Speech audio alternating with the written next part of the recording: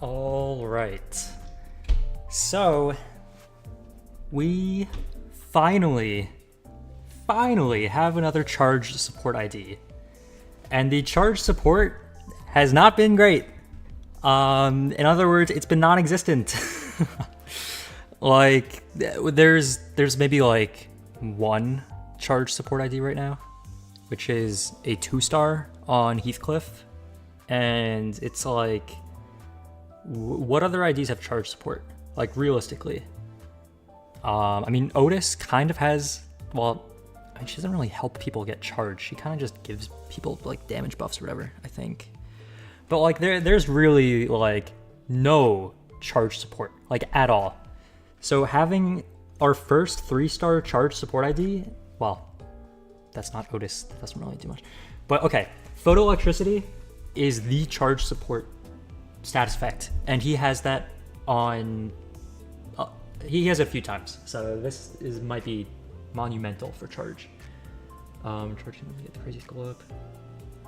Yeah, this right now, this might be the best charge ID in the game.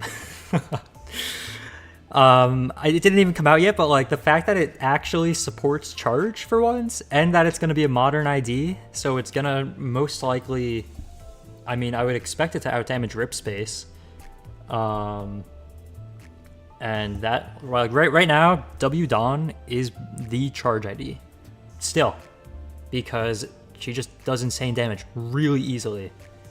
So if this ID can hit those damage numbers, have better rolling, and actually support charge, unlike any other ID, not counting 2-stars and Otis that doesn't do that much, this could be the best thing to happen to charge ever. So yeah, also Envy skill 3 supporting the other Envy nukes already in charge is great. Top of all that for electricity. Yeah, and the electric sting thing as well, which we'll get to all those very shortly. And then also very briefly, the new Faust. So anyone that knows Ardor Blossom Star, Faust, the ID, if you use its skill 3 at 30 burn count, you will explode. You just will explode. But now she doesn't do that. And she also has a mini burn deluge, potentially. We'll get to that later, but okay. First, let's start off with Gregor. Alright, so skill 1. 2 coins, probably going to be 3 base power, 4 coin power, as it has been, usually. New ego makes Faust more valuable. Yeah, because before it was very much like she could use her skill 3, but then she would have to like plan around her burn count to not hit 30 count. Like she would have to like use her defense skill or something to lower her count to reset her burn. But if she can just keep the burn up, like she's gonna have to balance her health a little bit, but actually no, doesn't she heal on her skill 3 instead now? Yeah, I think she like heals, so like she actually like counters the burn instead of just exploding from it. Also, this Gregor gets one of the most annoying statuses to fight something with, which is self-charge or whatever. The thing that Shock and Speed had that made it such an issue, that made it so that it just wouldn't die, Gregor has. Now, I think his is much more limited, but he does have it, at least a little bit. So he will not die for a turn and then can get healed up. So that's going to be interesting.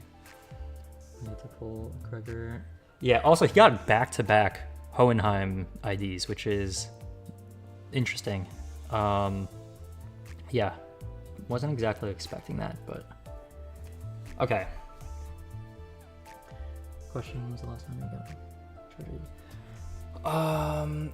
I think it was probably W Corp Heathcliff, I believe, which was around the time of the Warp Train rerun event with Bloodfiend, Mersault. So I'm pretty sure that was the last time we had a charge ID. I think was that before or after Queen of Hatred Dawn? I think it was after Queen of Hatred Dawn, potentially. I don't know. It's been a while though, but W Heathcliff like wasn't exactly. I didn't really care about it that much, right? Like he could use his skill 3s pretty often, but he also had to have a lot of dead turns, which isn't great when you are playing a game where you need to be clashing actively. So yeah, it was kind of. I mean, I don't think it was bad. I just like it's decent on DPS, but utility-wise, I just was not a fan. Okay. Anyways, skill 1. Probably going to be 3 base power, 4 coin power. So how much coin power will he gain?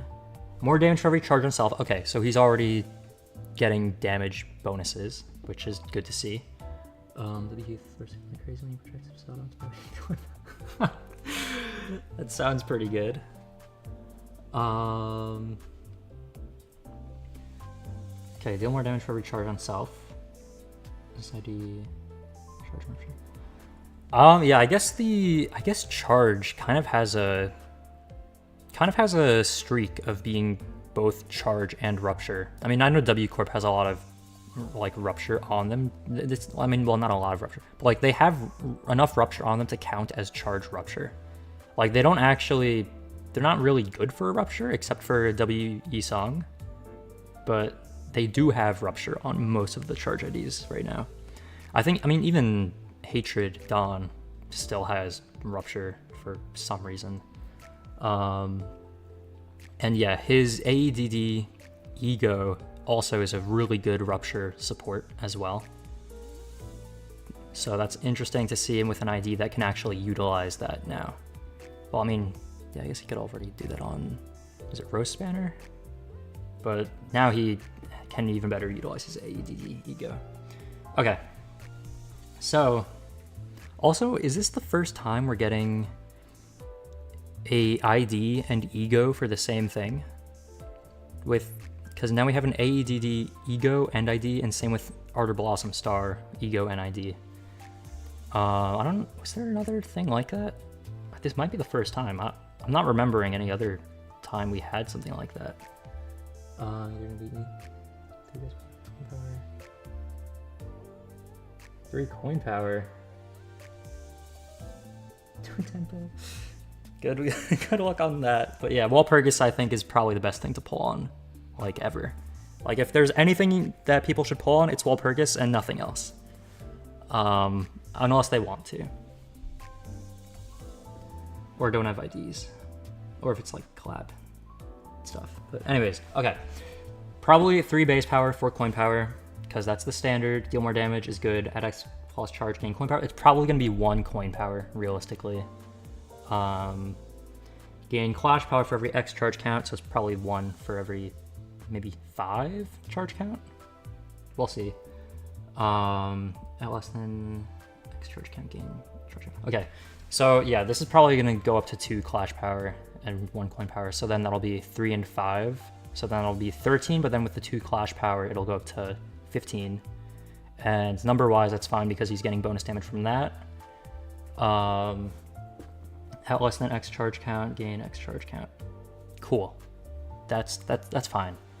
Because if he starts with this, then he'll be gaining more charge count, which is fine. Okay, gain charge count, inflict rupture, gain charge count, inflict rupture. Okay, that's pretty standard. Hokonglu is not bad for bleed. I mean, he's comparable to Gang Leader Honglu. I think some people actually prefer Hook Honglu over Gang Leader Honglu for bleed specifically. But it's not terrible. Not a 3-star, but not awful. Okay, skill 2. I mean, it's got to be 4 and 4. When is it not 4 and 4? 4 base power, 4 coin power. Deal more damage for every charge on self. That's good. At X plus charge, gain coin power, it's going to be 1. Why would it be 2? So then go to 4 and 5. At Y charge, convert the final coin into a breakable coin. Cool. On use, at X plus charge count, consume Y charge count to gain base power. Okay. So this is the only thing that I'm not sure if it'll be, because it's not for every X consumed gain, or it's only one singular instance of gaining base power. So that makes me think it could be potentially more than one, but I mean, we can't really know for sure just yet, because it could just stay at one potentially.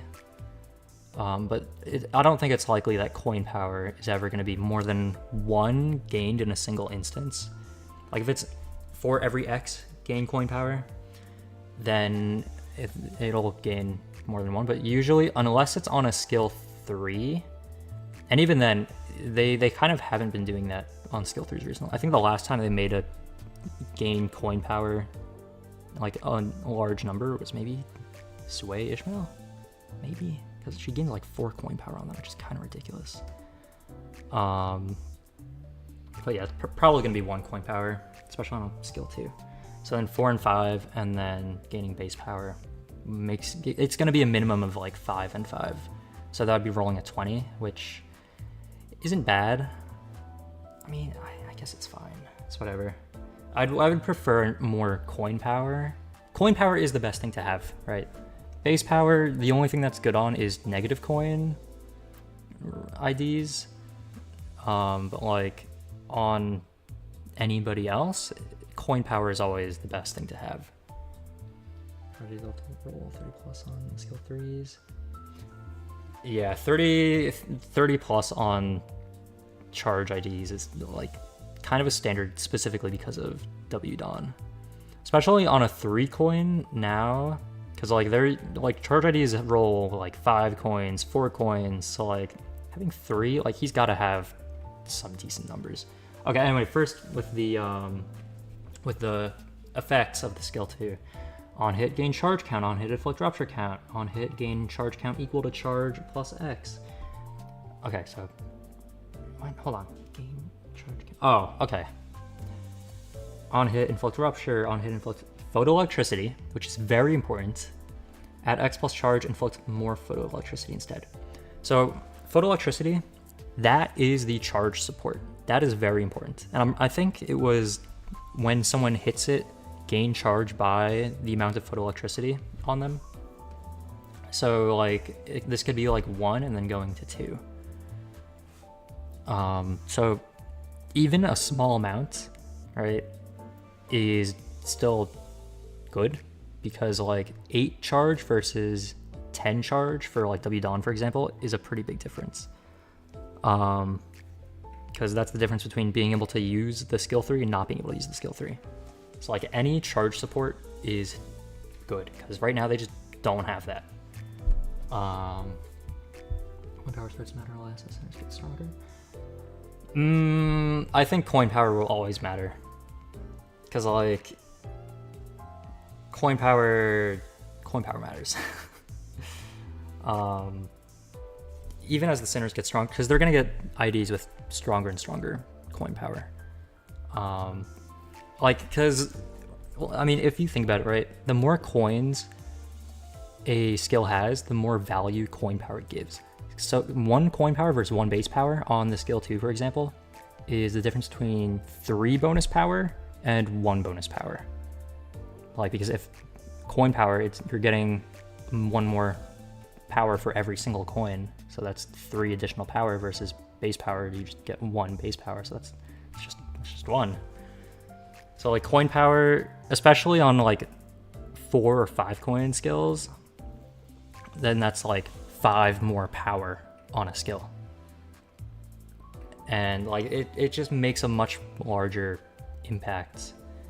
So I like coin power is always just better to have. Okay. Well, except for negative coin IDs, which base power then is good for them. Okay. Skill 3, combat start, gain high voltage exoskeleton equal to charge. Okay, I don't remember exactly what that is. I'm gonna have to read that in the passives after, which, I mean, we'll get to it. Before use, add X charge, activates as maximum output, ultra high voltage current discharge. Okay, that's the skill 3 enhanced. So,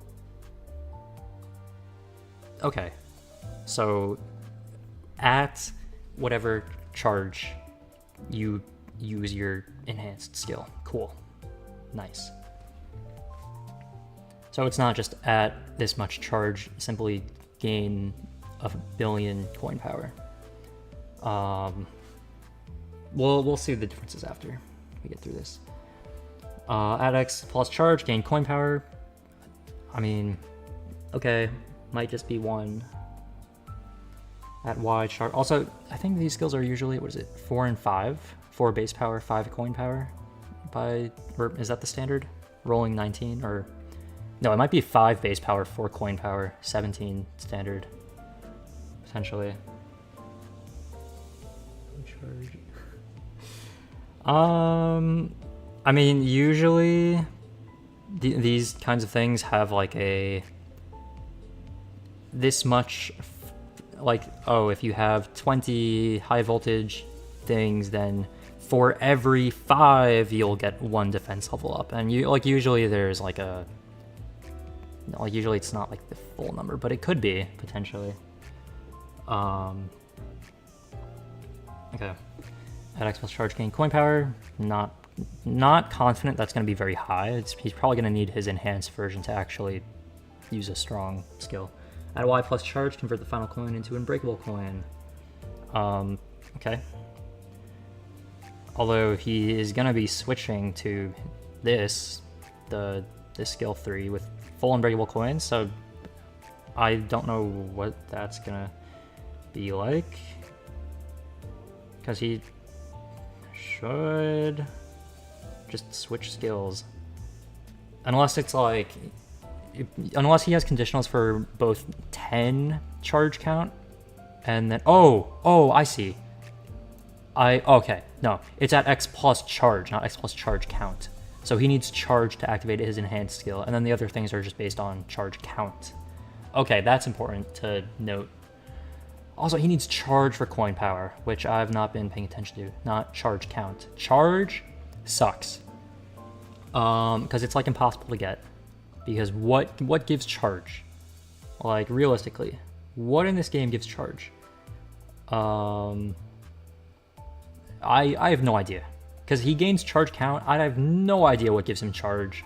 Probably something in his passives, but yeah, no, I don't like statuses that say on X plus charge. Charge count, that is good. Charge, potency, not a fan. So his conditionals may be a little bit more difficult to reach than I first realized, or first thought. Computer telling its potency easily. I mean, but she's also like not a charge ID. Like she uses a very specific, like she kind of is doing her own thing. I don't know if she really counts. I mean, maybe Otis gives people potency. I don't know. It's charge potency is just kind of weird because all the charge IDs, like the majority of them, are based on charge count. So like, there's not really much potency synergy like at all between anybody. Yeah, so it's just a little bit weird with charge potency right now.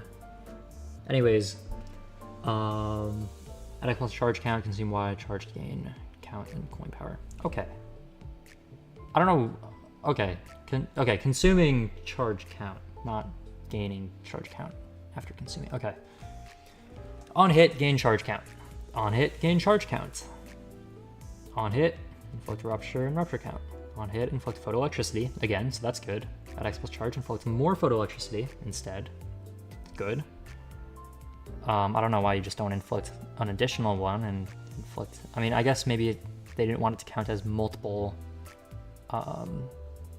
multiple situations of it in being inflicted or something for some reason. I don't know. On hit, inflict charged sting equal to charge on self. At X plus charge, inflict charged stings turn in next turn instead. Okay, so also important to note, that's based on charge potency, not charge count. Because I think everyone, well, maybe just me, but I would think that everyone would be very used to things being charge count only, because charge potency is still kind of new to the game. like any old charge ID, only charge count. Potency used to not be a thing for charge. Like it literally used to be non-existent. Like there was only charge count, so it's a little bit weird seeing so much potency related things. Potency doesn't reduce. Yeah, I mean the thing is, right, the main question is how fast will he gain potency for charge? Because like normally like count is usually pretty easy to stack. Potency is just a little bit more weird to stack. Also for like for ego support, Telepole Dawn is basically the best charge count support because she just gives everybody on the team an insane amount of charge count very easily. But I don't think she gives charge potency because potency wasn't a thing when it came out. So no, so she doesn't really support like potency IDs, which is gonna be kind of weird. So activates skill enhanced. Yeah, it really just depends on how fast he gets potency. Because like a lot of fights are supposed to be under 10 turns, right? So like if he only ramps up his potency after like 7 turns, then like he's kind of gonna be lacking on ramping up compared to the rest of, well, every single team. Because most of the charge IDs, like Dawn for example, W Dawn, 1 skill 2 and 1 skill 1 gets her skill 3 ready to be used. And that's it. Like a lot of charge IDs ramp up really quickly, so having to depend on potency feels like it's really gonna slow him down. But it depends on his like status or whatever. Because he also has that high voltage exoskeleton thing, so maybe that'll give him more potency, but not sure. Or maybe he'll get it from photoelectricity, which I think he does get it from photoelectricity. I mean, well, we'll see, right? We'll see. Okay, skill 3 enhanced. Deal more damage for every excess attack weight. He has attack weight? Okay. And it doesn't say unfocused volley, which is good. For every excess attack weight beyond the number of actual targets and focus encounters apart. On use at X plus charge, gain coin power. Not sure how much that's going to be because it's a charge ID, so we have no idea. Because it can either be 1 or it can be 5. Or it could be 4. Maybe it'll be 4. You know, maybe it'll be like 5 base power, 4 coin power, gaining 4 coin power, potentially. That would be good.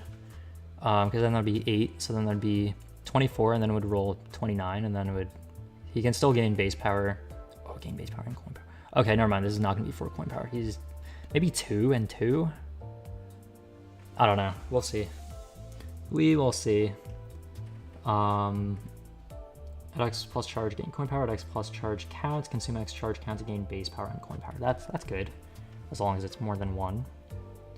If there are any remaining charge count, consume up to X charge count to deal charge count additionally consumed due to this effect times X % damage. What? Okay, any remaining charge count, consume it, deal more damage based on what you consumed. Cool. Okay, all unbreakables. On hit inflict rupture count, on hit inflict rupture, on hit inflict photoelectricity, again, on hit inflict charged sting, equal to charge on self, at X plus charge, inflict charge sting this turn and next turn is set. Okay, so that seems decent. And defense skill, Comet Start, gain high voltage. Okay, if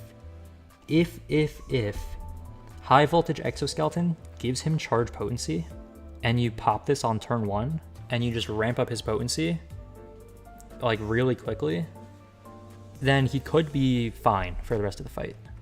Because I don't think he loses charge potency on any of these skills.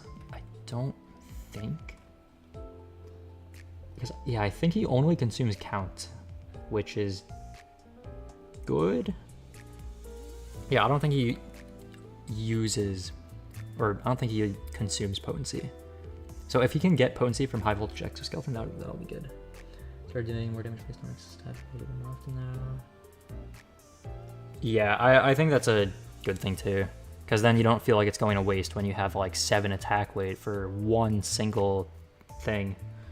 Okay, gain coin power to equal to charge on self. I mean, it's a defense skill. It doesn't really matter. Gain charge count. That's good, so you're not wasting a turn. Gain aggro to the skill slot. I guess he can also kind of tank because he, you know, has that thing where he doesn't die because he's shock centipede.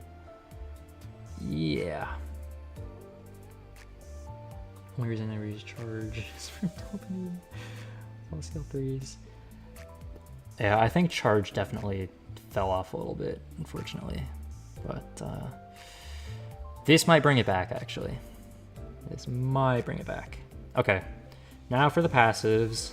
Let's see how he gets charged. Gain 1 charge every time this unit consumes 10 cumulative charge count in this encounter. Okay, it's not too bad. Any charged barrier this unit gains is converted to high voltage exoskeleton. Okay. X plus charge on self, min and max speed plus Y plus Y. Okay. In this encounter, when this unit takes damage that brings its HP down to 0, gains self charge equal to X plus charge on self times Y. Okay, so that's good, right? That's good.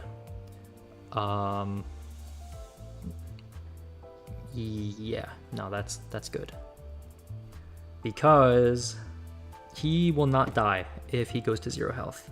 Now, most likely, this is only going to activate once, because if it activates every time, then he literally will not be killable at all.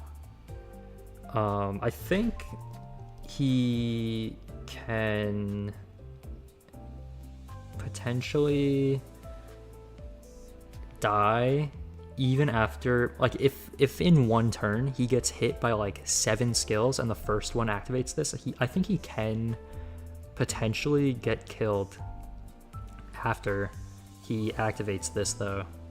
After he activates the self-charge, because I think somewhere in self-charge, end of attack of skills that hit this unit. So if he gets hit by enough skills, he will, I think, die. But if he gets hit by 1 coin that's really strong, he will just tank it. He will just not die from that, and then he can heal up the next turn. Yeah, okay, well, let's keep going. Oh, okay, gain shield. All right, yeah, no, he's not gonna die. Okay. Turn starts. If there are X plus... Okay, hold on, let me make this larger a little bit. Okay, turn start. If there are X plus allies wearing ego gear, including this unit, all relevant allies gain offense level up. Okay. I think he had this on the other Hohenheim ID as well, where he just boosts other units wearing ego gear. Doesn't die until self-charge goes away, though. Loses it when he's not attacking. Yeah, he does not die while he has self-charge. If he gets attacked, he will lose a self-charge. I think because he doesn't stop at 1 HP, he goes to 0 HP but keeps self-charge. So I think if he runs out, he will die unless he gets healed, potentially. And I don't think he has any healing in his kit. He has shield in his kit, but not healing. Okay, so turn start effects plus allies are wearing EOS gear, including this unit, all relevant allies gain offense level up. Most likely, that's going to be 3+ to be the team of Hohenheim, Alyssa, and Martin, right? From the event. Most likely. Gives defense level up instead.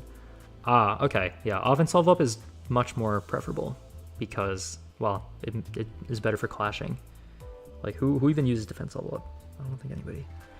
And if this unit has less than X charge count when consuming charge count due to passive AEDD Gregor's ego passive effect on headset instead of consuming charge count, this unit consumes X shield or HP to activate ego passive effect. This effect only triggers when this unit is at X% plus HP. Okay, this is actually very, very important. So Gregor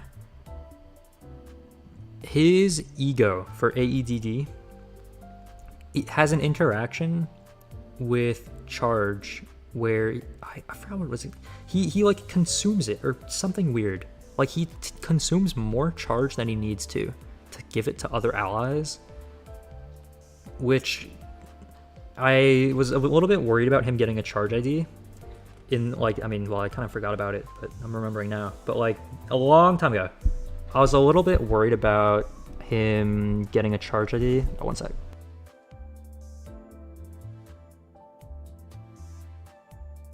Okay. So I was a little bit worried about him getting a charge ID because he has this really weird passive. Hold on, let me see if I can pull it up. Hold on, where is it? Okay. Where is it? Here it is. And it's actually why I didn't uptie it, because, okay, this. On hit with a heads coin, spend 2 charge count to give +1 charge count to, okay.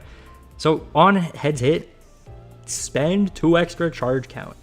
So like, if he got a charge ID, that would be a little bit concerning for him to have. But if he is not like getting rid of charge count, like if he's able to avoid spending it and is able to keep it, then this might actually be usable. I think people originally uptied this just for rupture teams because he didn't really have an ID that cared about charge in the first place. But I was a little bit worried about uptying this ego specifically because of this passive. I'm still not sure if I want to uptie it because this passive is kind of weird.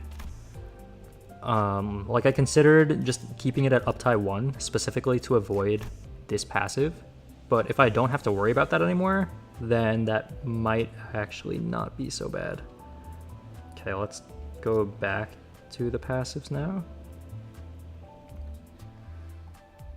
Okay, so where is that? On heads hit, instead of consuming 2 charge count, consumes X shield or HP to activate your passive effect.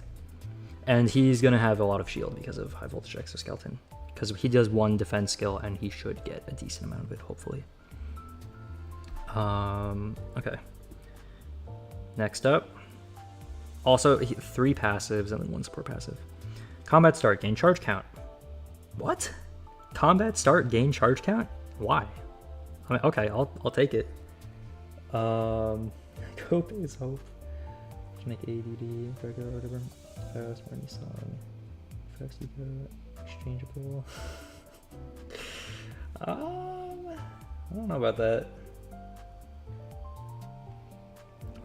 I want the Faust ego too, but I don't think they're gonna make it exchangeable with event currency, unfortunately. I think usually they like show as like event reward versus like extractable in the trailer.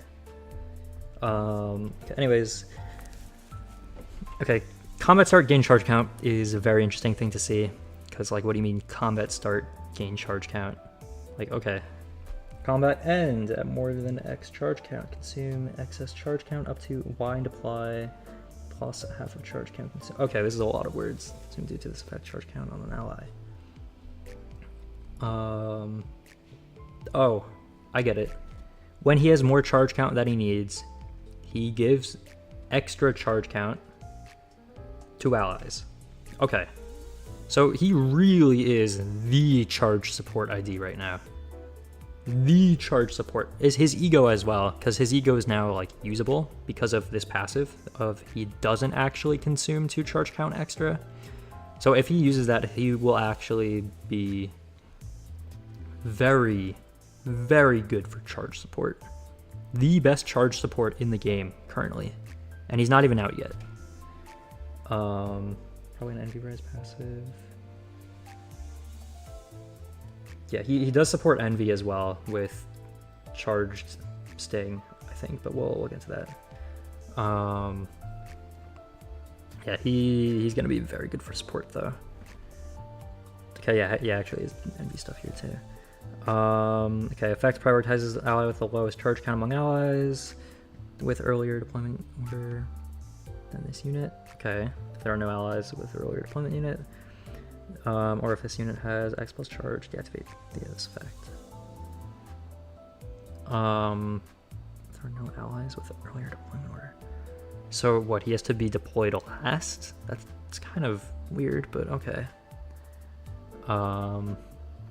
You know, that's a weird effect to have if there are no allies with earlier deployment order than this unit.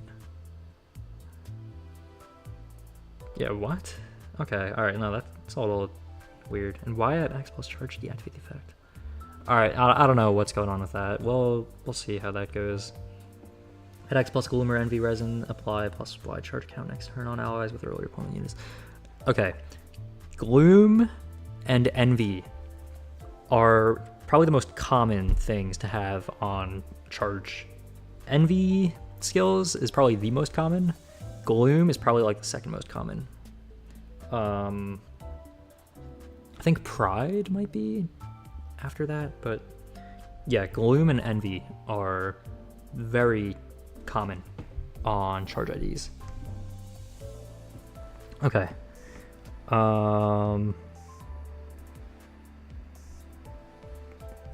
At plus Y charge count next turn on allies with earlier deployment. Applies on higher resin between Gloom and Envy minus X allies and deployment order at X plus charge. Apply charge count on allies instead. If there are no allies with earlier deployment unit on this battlefield, gain charge count instead. Okay, that's fine. Okay, support passive. Turn end. X allies with the earliest deployment order each heal HP equal to the sum of charge count and unique charge consumed by each other of their own attack skills this turn respectively. What does that, huh? Hold on. Turn end, X allies with the earliest deployment order each heal HP equal to the sum of charge count and unique charge consumed by heal HP. Okay, cool. Alright, now for the rest of the stuff. Okay, one moment.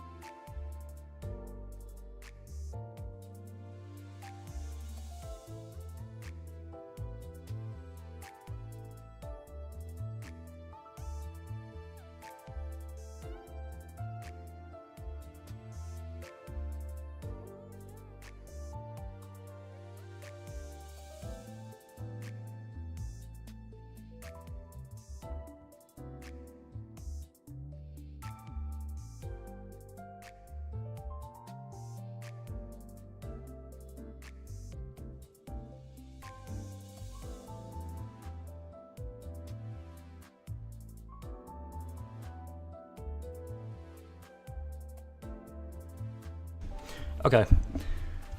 I have returned. I probably should put the BRB thing up. I actually don't have that set up on the screen, low-key. Maybe I'll have to set that up another time. Anyways. Photoelectricity. When this unit is hit, the attacker gains charge count equal to stack. If the attacker has X minus charge count, gain additional charge count. Turn end, this effect expires. So, if you hit something, you gain charge count by the amount of photoelectricity on the thing. Cool. High voltage exoskeleton, gain X times Y shield. If this unit loses X times Y shield. Okay, why does it gain X times Y shield? Like what? Okay, why not? If this unit loses X times Y shield, lose high voltage exoskeleton stack, turn end, gain charge count equal to high voltage exoskeleton. Both high voltage exoskeleton and shield gained from its effect expire. So, you get a shield. Cool. Turn end, gain charge count equal to shield. Or something. I don't know. You gain charge count from it. So that's cool. And you get a shield, which you can use for the giving charge to other people with the passive from the ego. So that's good. Instead of having to use HP, you can use the shield. Charged Sting. Take plus X% damage from skills that gain or consume charge count, including unique charge for every stack. If every skill strengthen the effect, and take plus Y% damage for every stack instead. So you do more damage. Cool.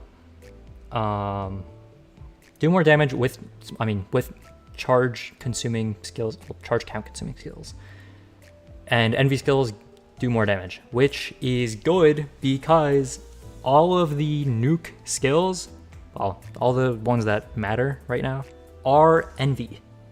They are all envy. All of the strong skills are envy skills that consume charge, which works very, very well for the charge team, because that's what the charge team is. They are envy skills that consume charge to do a lot of damage. Blue stack at end turn or turn end after being hit by skills that fulfill the effect. Triggering conditions above, excluding base attack skills that inflict charge sting. Okay, so I guess so I guess that's proofing it from, oh, it can't activate itself when you inflict it, I guess. Okay, cool. Self-charge, gain final power, gain charge count equal to stack lost. Lose X stack at attack end of skills that hit this unit. Attack end, turn end, this unit's HP cannot drop below 1 before this effect expires. Okay, so I guess he heals himself back up to 1 HP when he hits 0 HP. Which, I mean, it doesn't say he heals to 1 HP, so that's just kind of... I don't know if he heals back to 1 HP, or if he gets healing from other people, then he can't drop below 1 HP. I don't know, it's kind of weird. Because, like, he has a thing with 0 HP. Where even is that? Okay, yeah. When taking damage, that brings the HP down to 0. So, yeah. I mean, does he gain 1 HP when he gets self-charge? I don't know.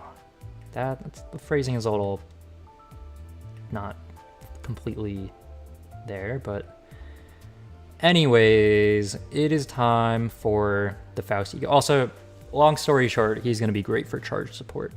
I don't like charge potency being on so many of his requirements, but he will be good for support for charge. That is just how it is. Next up, Ardor Blossom Star Faust Ego. Shock Stampede, open pain to deal with. Yes. Hi, hello. Yeah, Shock Centipede in Limbus, it's already a pain to deal with. It's like, especially Railway 2. Like, oh my god. Railway 2, I think, is probably the most, like, traumatic event that has ever been in this game, ever. Okay. So, Faust will not explode anymore. And also has Burn Deluge / Dark Flame. But, like, not a full version, but a little mini version. Potentially. We'll get to that, though. Okay, so 2 coins. No idea how this is going to roll. The thing is, Ishmael's Ardor Blossom Star Ego rolls a 41, I'm pretty sure, right? 41. So I would hope this rolls at least a 41, but the chance of that actually happening is not very high, since why in the world would she roll a 41?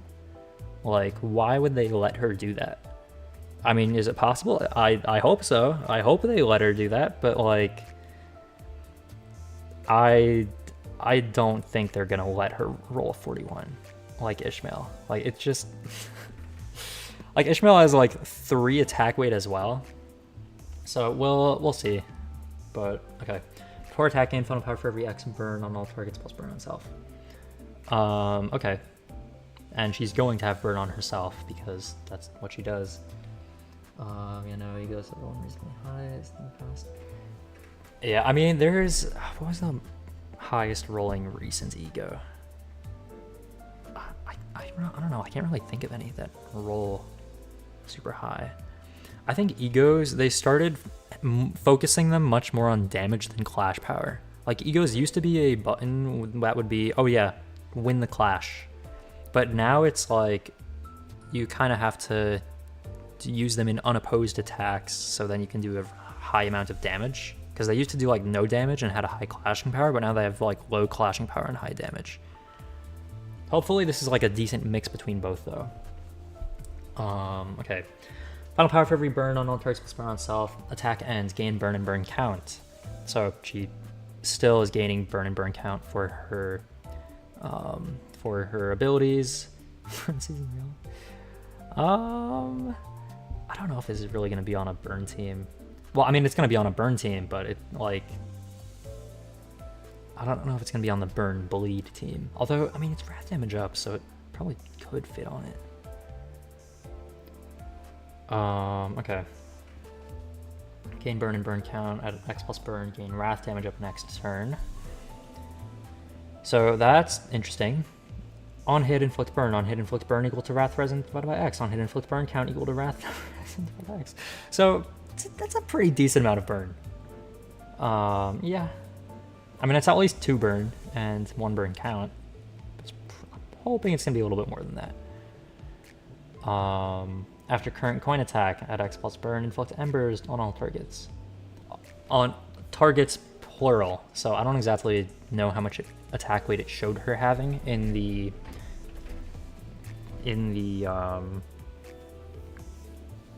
trailer, but she will have attack weight.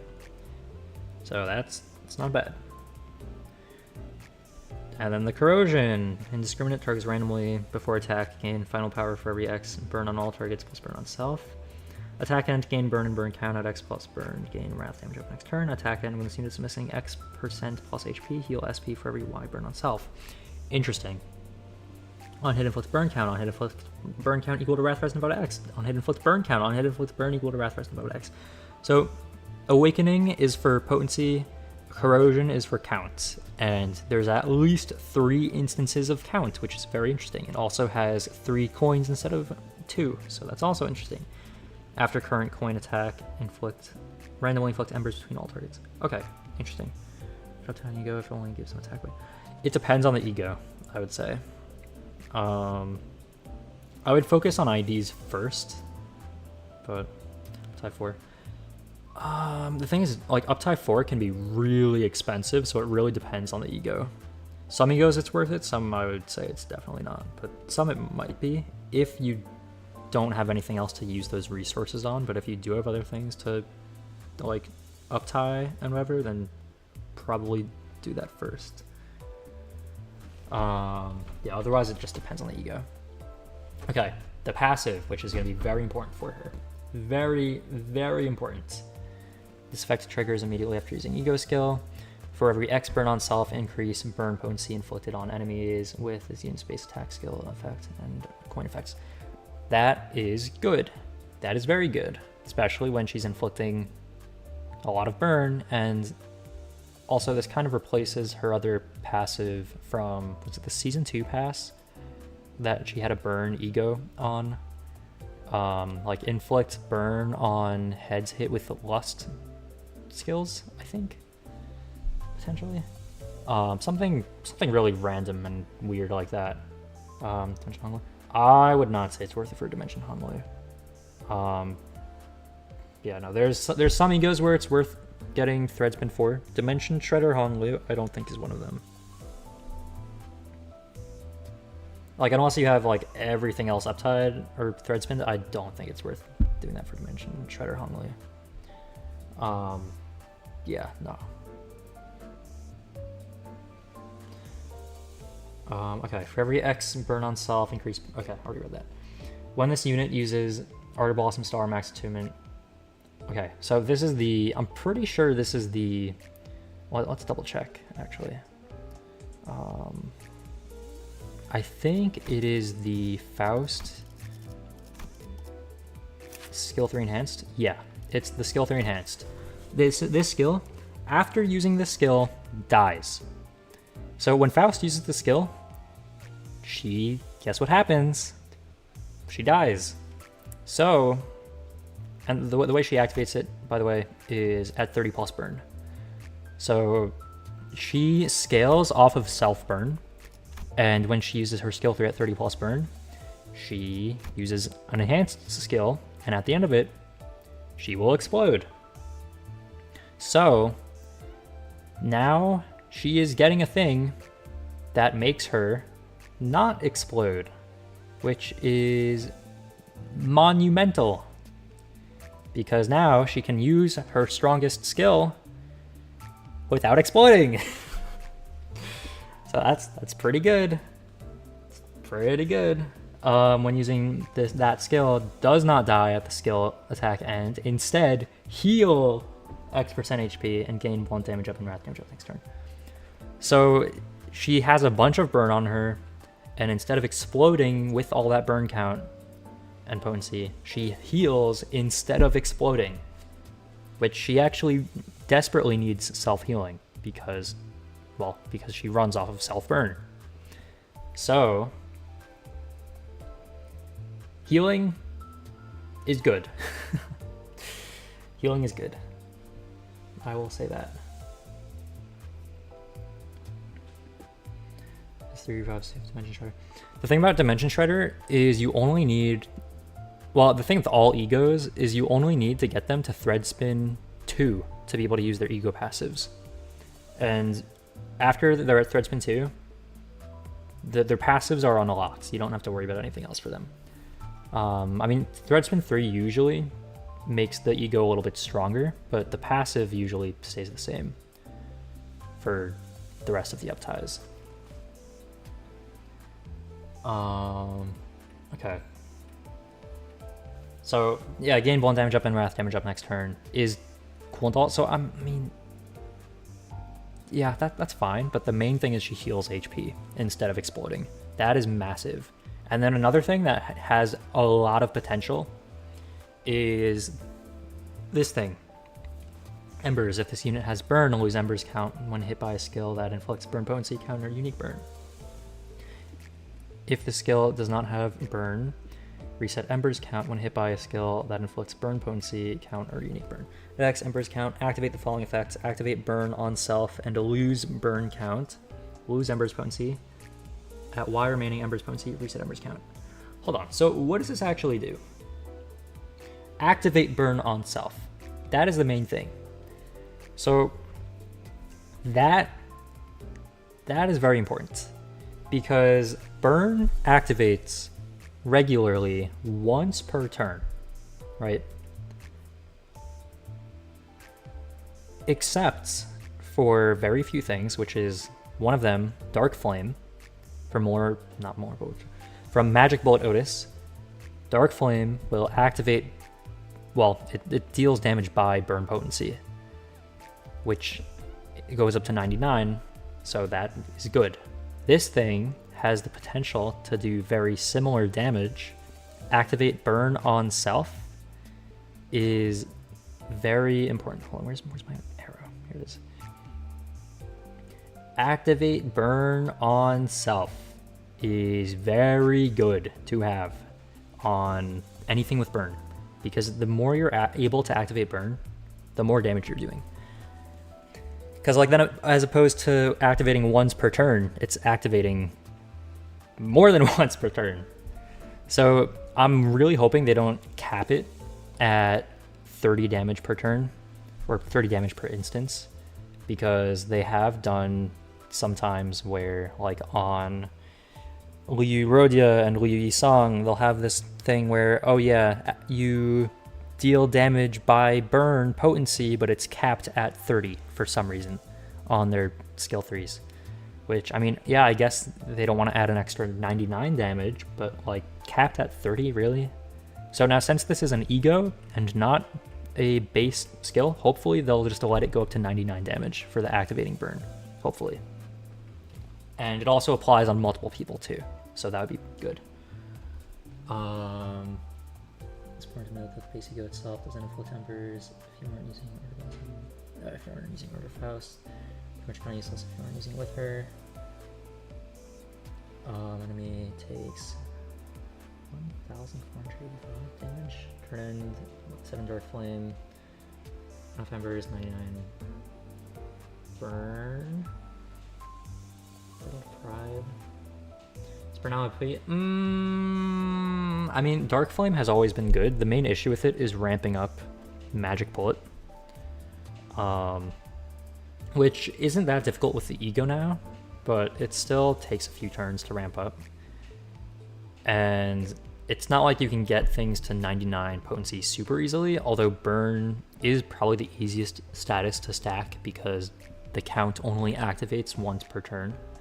except for certain skills that are like, oh yeah, deal damage by burn potency, cap at 30, and then also reduce burn count. Those things probably reduce burn count more than just waiting the actual turns. So burn, I think it's still the easiest status to stack, because like rupture and sinking, for example, on hit their count lowers, which is why count is such an issue for them. Bleed count lowers when they use a skill, I'm pretty sure. I don't know if it's on every single coin roll individually, but I know at a minimum it's at every clash or on every skill usage, I think. Poise just depends on the ID. Some IDs can self-sustain, some can't. Charge is generally, I mean, they're supposed to ramp themselves up, use their charge, and then have to ramp themselves up again, but they usually do that pretty quickly.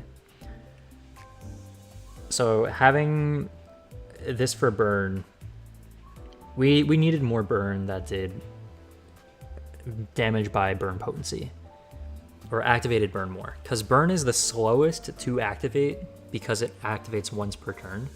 So having more of this, I wouldn't call it OP, since everything else can be activated like on hit and on clash and all that. So everything else is activating more. So this kind of just gets burn to trigger more than it would be otherwise. Actually, 184. Activating burn. So that's only if Embers does 99, but yeah, because it would be, I mean, Dark Flame would be 7 times 99, because Dark Flame goes up to 7, and then Embers, if it does do by potency, then it would be 99. Hopefully it goes by potency.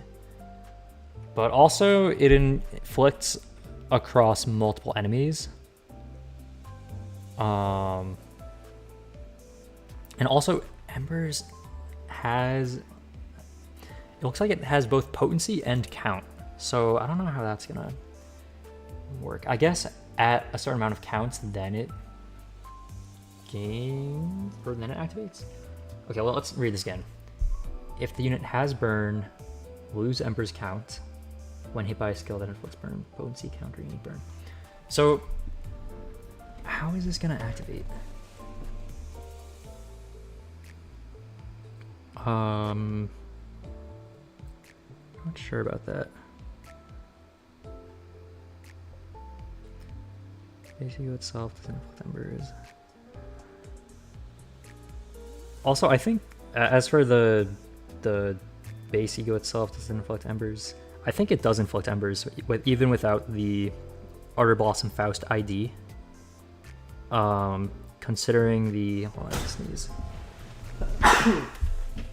Anyways, because it says after current coin attack at X plus burn inflicts, oh, one sec.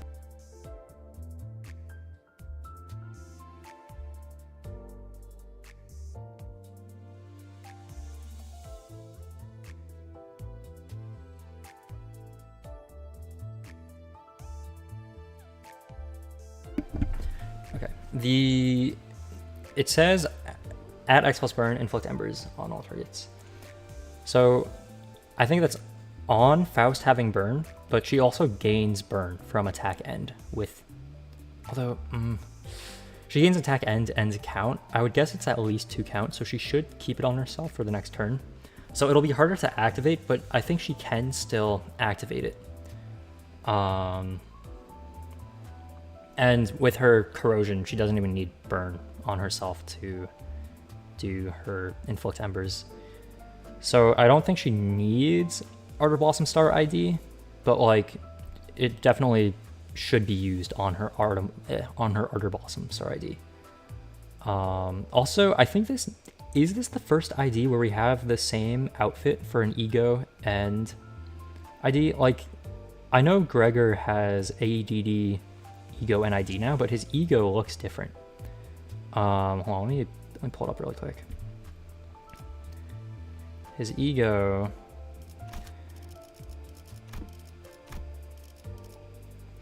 does not have the same suit as this Gregor. right? Yeah, he's got a blue tie here, and he's got a red tie there. He has like the LCB suit with a AEDD coat, but that's kind of it. Like, he doesn't really have the full AEDD suit like Hohenheim does. So that is different. Whereas Ardor Blossom Faust kind of has the same suit. Actually, does she? Hold on, let's see. So she has that, and then here, I mean, it's a little bit hard to tell. I think her hair is a little bit longer in the ego, but like aside from that, the suit is, I think it's generally the same. Right. The idea of showing the LCE to us the entire time since he did 4.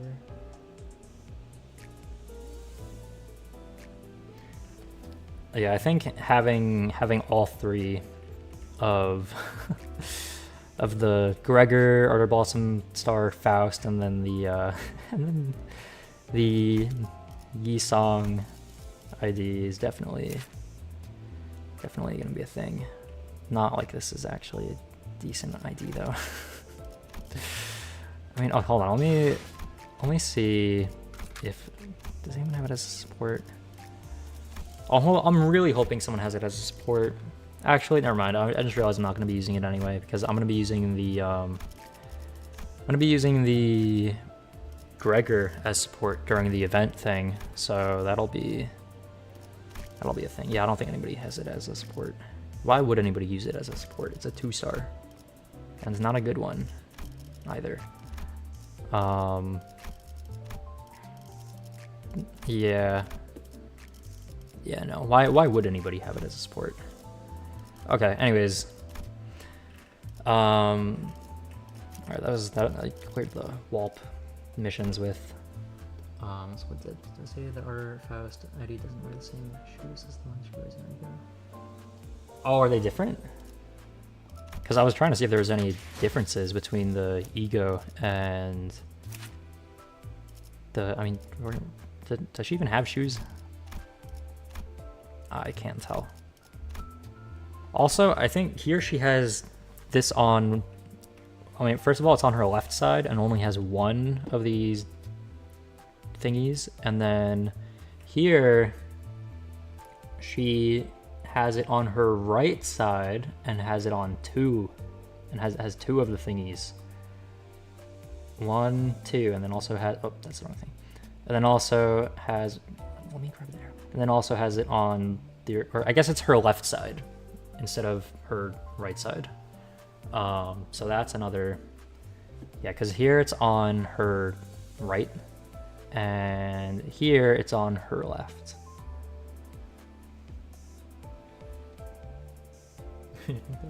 Yeah, I guess we can't really see them right now. Like even here, can't exactly see. But yeah, I mean, she looks cool in the Ego.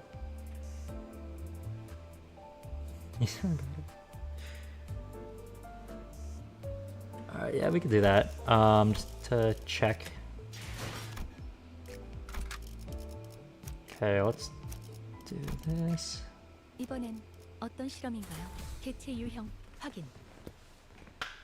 Probably gonna level her a little bit so I can use her during the event. 다가오지 마세요. 이 불꽃은 I think they are different, potentially, because these are brown, like her pants, whereas the ones in the, hold on, wait, hold on. Yeah, these ones are brown, like the pants, and then these ones are, and then I guess this one, does she have black pants? Or it could just be the lighting as well, though. Actually, it might just be the lighting. I don't know. Oh, let me just... Why didn't I think of doing this first? Are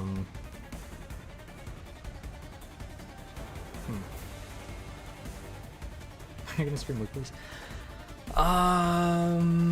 Usually I don't like to stream the mirror dungeon weeklies, but I do usually like to stream the like when there's an event or new IDs. Usually I'll stream when they come out, which is on the weekly reset days, but I usually don't like to do the mirror dungeon on stream because I just don't really like doing it on stream.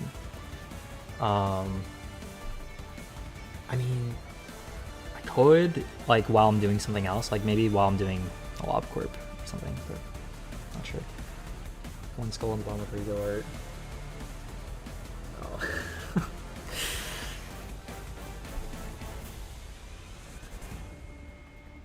Oh. Where's my arrow? Is it this one?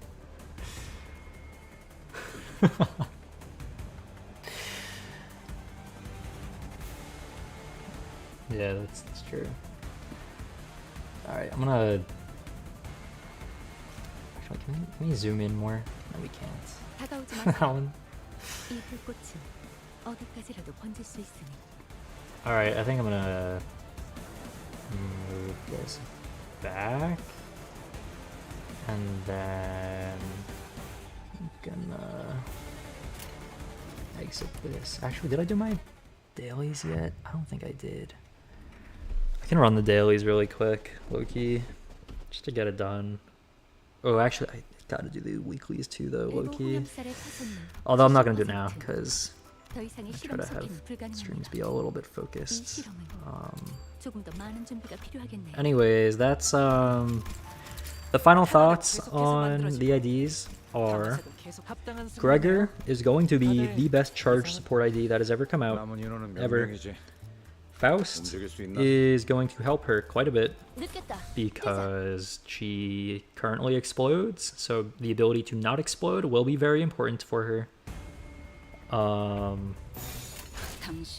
And she's gonna activate burn more often, which is good because burn really needs that. Gregor will not die because he has shock centipede. Shock centipede means they do not die. So yeah.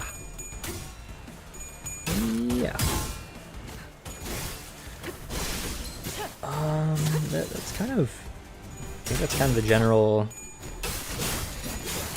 summary of the IDs, which yeah, I mean, I guess the main thing is, right, there's two other things that are going to be important, is Faust's attack power, or her clashing power, because Ardor Blossom Ishmael has 41, so Faust, if she's on par with Ishmael, that will be very good. If she's not on par with Ishmael, then at least she still does embers or whatever, and will not explode anymore, but she also can potentially do an insane amount of burn count or potency, depending on which part of the thing she uses. But we'll have to see with that.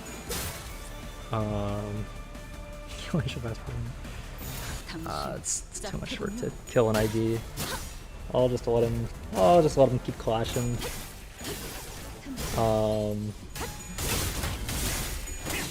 Yeah, and then AEDD Gregor, what's really going to be important for him, well, he already supports charge like crazy, so he's already going to be good.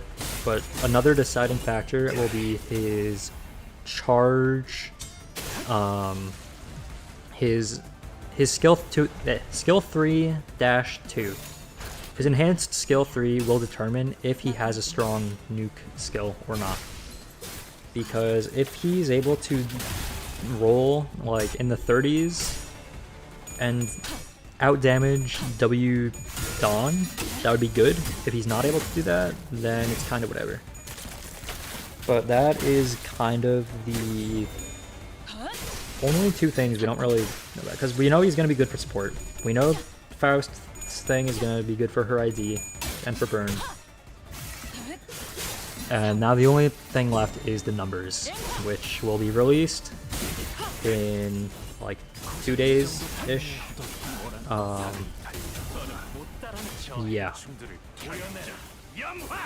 So that'll be cool. I'll probably set that up after ending the stream. I do want to do more Lob Corp. I don't know when though. Let's see. But yeah. All right. After I finish this up, I'm probably gonna call it. Any last things about the IDs or ego? ID and ego. Okay, this is really loud. Yeah. Oh, this is pretty loud. A little bit loud. Just drop loud.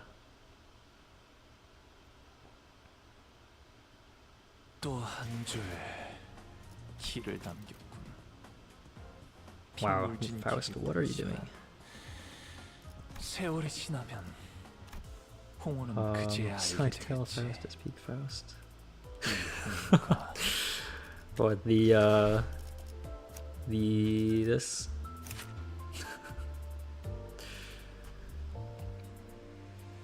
will Charge be a team that functions? That is the real question. I think the thing about Charge is it functions, but as individual IDs right now. Like, right now, all the Charge IDs kind of support themselves. And they don't really need a team. So the fact that we're getting Gregor as kind of the first ever Charge support that's actually gonna be supporting Charge. Okay, there's Otis, W Corp, who, like, I mean, oh yeah, they do more damage. Cool. Like, who cares? Like, whatever. I mean, Charge Barrier, I think the new Gregor uses, so that could be good. She also has Envy and Gloom, which the new Gregor likes. Crack Heathcliff. Okay, yeah, he's kind of the only other Charge support, like, at all. Actually, hold on, let's check W Corp really quick. Does he support anybody? Does he give anybody anything? Okay, alright, okay, cool. That's sick that he just doesn't... Okay, he's worse support than his 2-star. Okay. So... This Heathcliff gives Photoelectricity, which... Photoelectricity is good. Yeah. It gives people charge when they hit a thing. That's good. Yep, he gives people stuff. Yep. Also, another important thing to note is that the multi-crack IDs, they consume charge. Okay, hello? Hello? Okay, there we go. Is that they consume charge on their skill 2s. And Gregor's charge sting or whatever thing gives damage only for skills that consume charge count. And this is an Envy skill 2, but it still consumes charge count. Also, it's a very strong skill 2. This skill I actually don't think consumes charge count. So this is actually better for damage on phases where you're doing the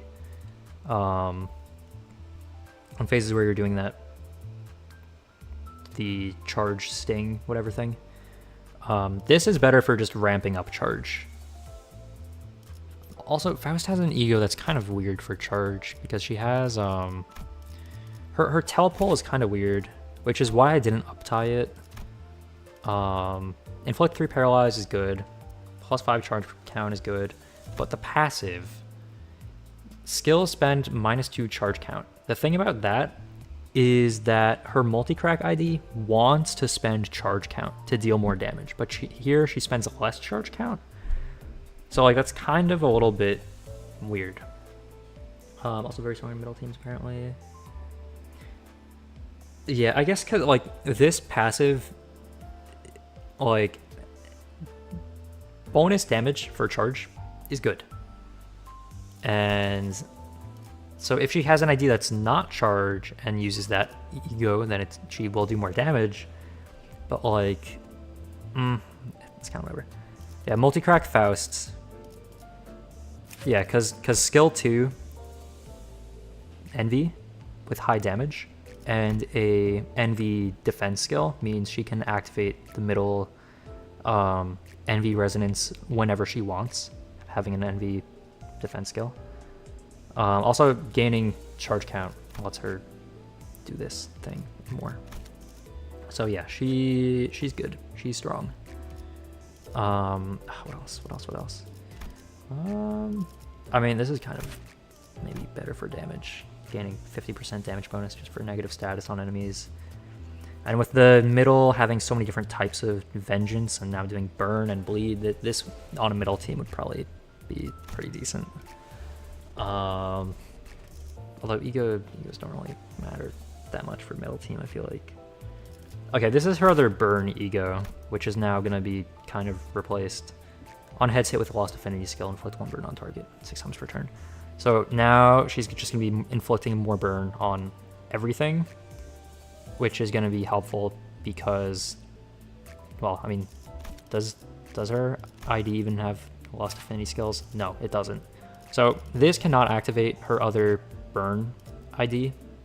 Or, I mean, this does not activate her other burn ego because it has no lost skills, so she won't be able to get the bonus burn from that. But with the ego she's about to be getting, with inflict more burn potency on every time you inflict burn with base attack skills, yeah, she's gonna be actually able to use that passive now. So that is something. On a base ego. Yeah, lucky I still have that up tie 3 or third spin 3.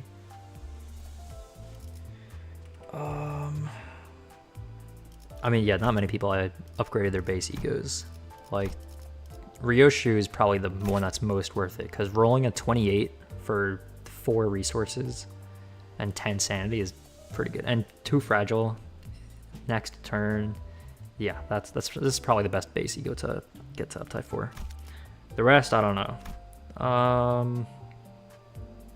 mean, I don't know, because the thing is about his is that, I mean, what does he give him? It makes him get less bind and less attack power down, but the reason why I haven't done that yet is because I want the option to nerf him into the ground, because sometimes there's actually strats that requires him to be at very low speeds and low attack powers. Like, for example, there was a thing in Railway 3, I think, where he needed to be like super heavily nerfed. I don't remember. I don't think it was this. I think it was a Ryoshu ego that was actually the one nerfing him, but it was him on Ncorp ID, and he was like rolling infinitely to trigger bleed an infinite amount of times on the final thing or something that someone did. That was something. Rodia's, what does it do? This does nothing. This does absolutely nothing. Gain 2 SP heal efficiency, gain -2 SP loss efficiency. This does not matter. This is useless. She already has a 28 rolling, so it's already good. But like, yeah, she does not need that to be thread spin for. Scared of Marcel, making sure he's on his phone, he's nerfed. Yeah, Marcel is, I mean, considering the ego that he has, he is a threat to balancing. Lose 1 base power, gain 2 coin power. I mean, the downside is that it only activates for 1 skill. But like, this is still pretty strong. Yeah, still pretty strong, I would say. And then Capote rolling a 45 is kind of, yeah, like rolling a base 45 is, yeah, that's cool. That's fine by me. I'm cool with that. Yeah, and then Ishmael's rolling a 41 with 3 attack weight. Not too bad. Not too bad at all. Yeah. So 43 with Ishmael's. Does it? Does Regret activate on it? Because I know Regret doesn't activate on... I know it doesn't activate on this skill because this is treated as a counter for some reason. But yeah, I don't know if Regret would activate on this or not. I guess if it's an enhanced skill 3, I guess if it's in the dashboard, then it'll activate on it. If it like appears instead, then I don't know if it'll activate. But like if it is in the dashboard, then it should activate on it, I guess. Although I haven't really used this ID much, so I don't actually know how it works. Let's go on the dashboard. It does for this, because I specifically remember it not activating for this, and people being disappointed about it not activating for that. I don't know about the thumb ID, but I'm pretty sure, like 95% sure that it doesn't activate on this skill. So I don't know if it, I mean, I think if it shows up on the dashboard, then I think it should.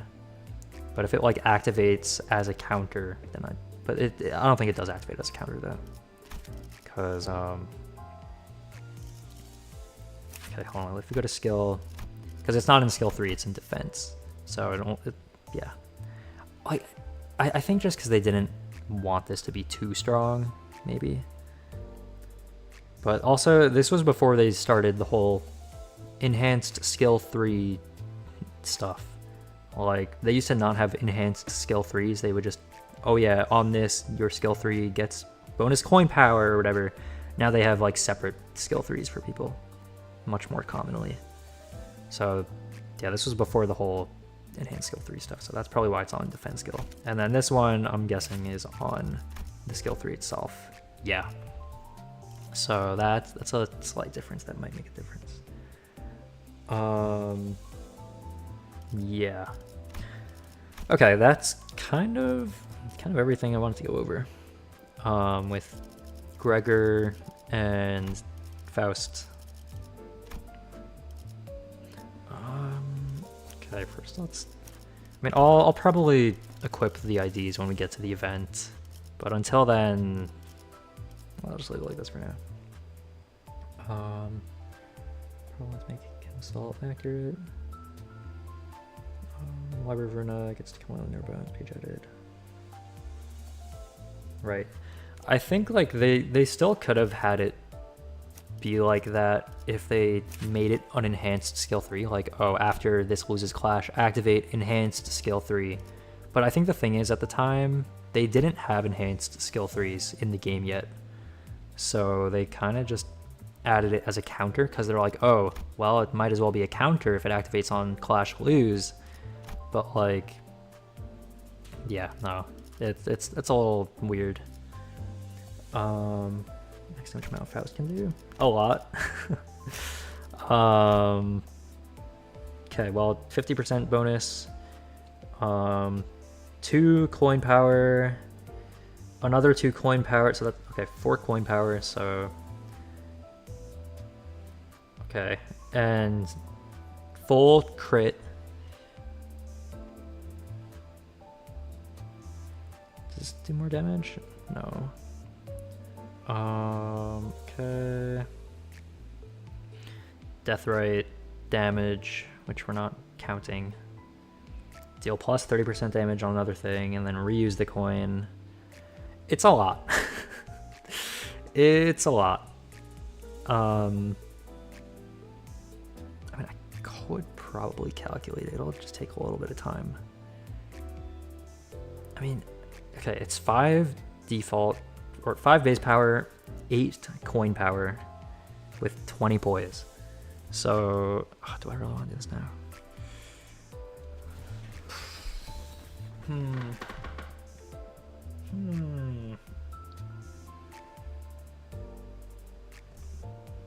It's all right. I guess I could.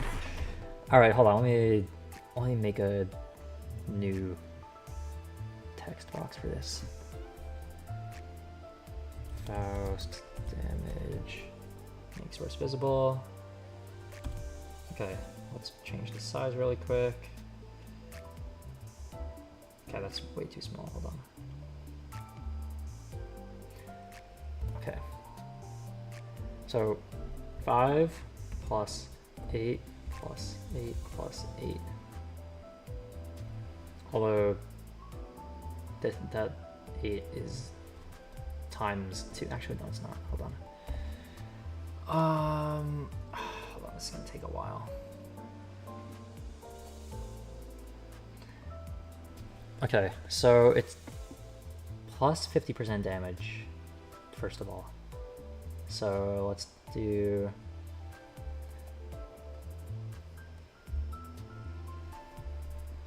wait, hold on, I can't... Hold on. Plus 50% from skill, and then it's also plus 25% from crit. So basically that's plus 75% damage to everything. So that will add after. And then... because it's a guaranteed crit from every single skill. Because 20 poise means 100% guarantee that it's going to be a crit. And then 4 poise count when she has 4 coins, because she's reusing the third one. How much does death rate do? I don't know if it does exactly damage. We're not going to worry about death rate stuff because I don't know if it does damage, but we'll see. 30% bonus on the third coin, and then it reuses. So, all right, I think we can calculate this out now. Okay, plus 30% on third coin. So it will be 5 times 1.75, right? Plus 13 times 1.75 plus 21, hold on, plus 21 times 1.75. Yo. Welcome. You're currently calculating Heisha Faust's max damage.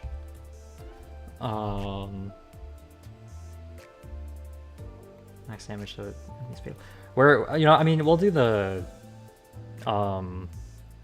the standard damage first, and then I guess we can look at that. I mean, it's just times 4 to calculate that, but we'll we'll do these first.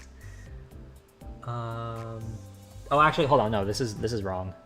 There's no 5. I'm not okay. Sorry, that's not correct. That's base power. We don't include base power. Where did I get the 5 from? That's the wrong number. 400 Dawn shards, shard, Patriot Dawn, or ego.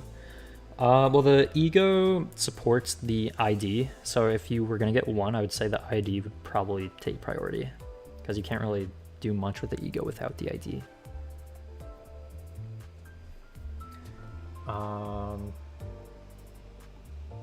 Okay, and then plus, now we're on the third coin, so it is 29, I believe, right? Times 1.75, and then there's an additional 1.3 for the 30% bonus on that, right?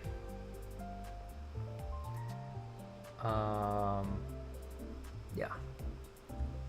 And then plus and then it's getting reused, so plus 37 times 1.75 times 1.3 again, because it's getting that coins bonus. So yeah, now we just have to do this. What percentage is cumulative? Like the, cumulative. I mean, everything, or I think everything is in here. Okay, now to run the numbers. 13 times 1.75 is 22.75. Okay, 21 times 1.75 is 36.75 plus. What's that? Put up into plus 75%.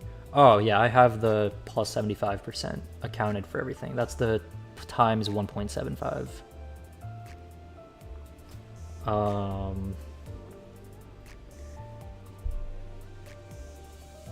Okay, 29 times 1.75 times 1.3 is 65.975 plus 37 times 1.75 times 1.3 is 84.175. And then the sum of all these, I'm using a calculator because I'm not bothering with thinking about this. I mean, I could, but I just don't want to. 36.75. Okay, let's add the first two coins first. Is 59.5. And then the second two coins, or the third and fourth coins, 65.975 plus 84.175.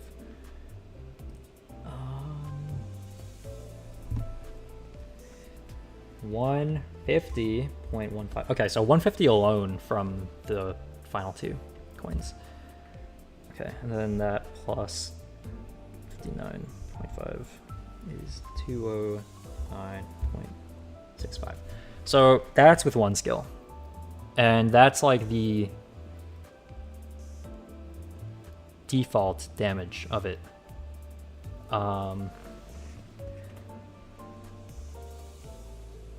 Fan, it's very rare. Oh, I used to calculate damage like all the time. That was how I would see if like an ID would be like worth using. Yeah, I mean, I guess some people don't know how to calculate damage because the game doesn't tell you how to do that. So this number is like not right at all because that's 5 base power. I mean, the top number is 5 base power plus, and then it's the 8 coin power. So this is like not right because it would be 13 plus 20. Wait, hold on. Yeah, 21 plus 29 plus 37 for the coin power. Question, is new Gregor able to work syncing teams? I don't think he has any syncing, low-key. Like, let me pull him up really quick. He doesn't really have syncing like at all. I mean, the other Gregor has syncing. Like the other one is good for syncing teams, but then this one, the AEDD one, does not have any syncing. He has a little bit of rupture, but no sinking. But the other Gregor, hold on, let me pull it up again. Where is it? This one is good in sinking. And it has a panic type that's also good for sinking. But the other new one, like the one that's about to come out, has no sinking on him. Yeah, the new Gregor, if anything, he can fit into rupture teams potentially, because he does have rupture and his ego is decent for rupture. But yeah, this is the one for sinking.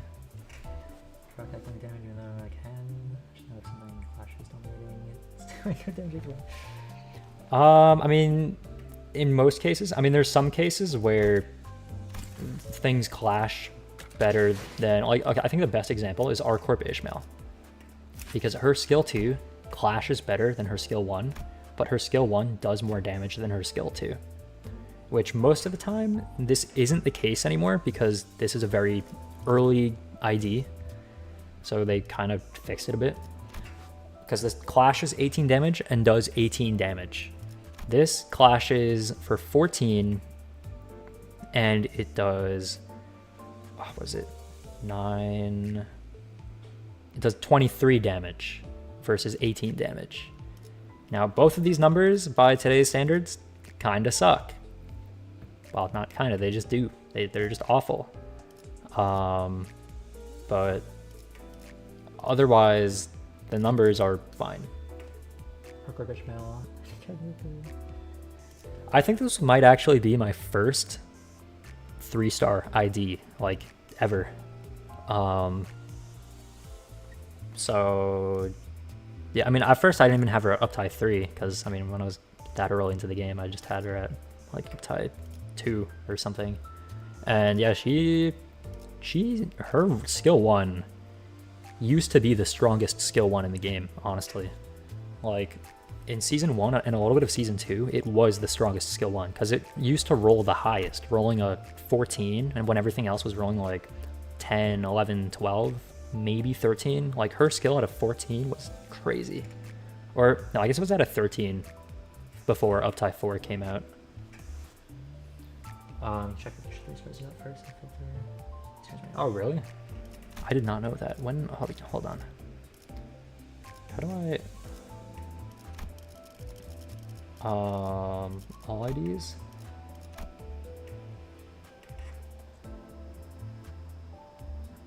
So far recent.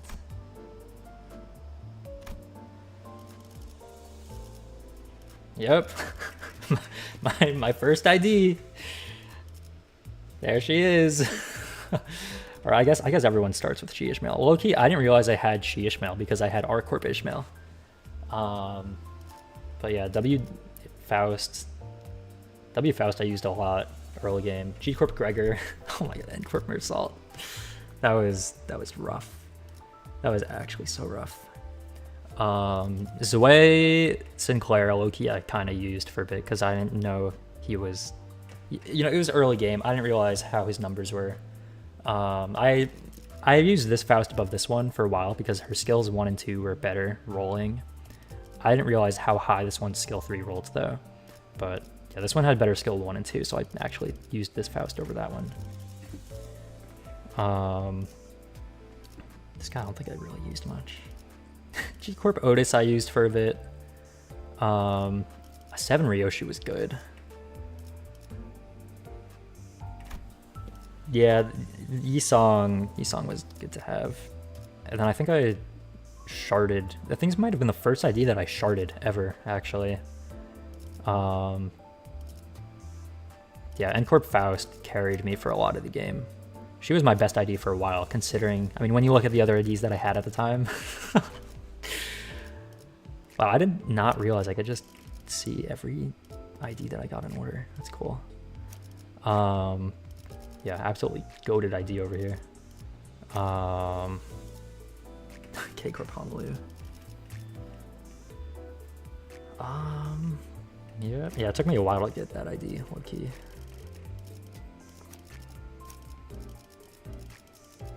Yeah, that's a lot of 3 stars, and then and then Chef Gregor I got from the anniversary thing, just because. More questions, but song good for teams. Full stop Yi song? Is that a thing? I don't think there's a full stop Yi song, is there?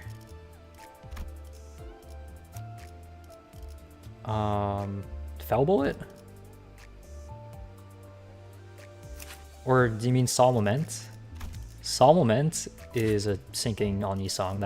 This is good for syncing.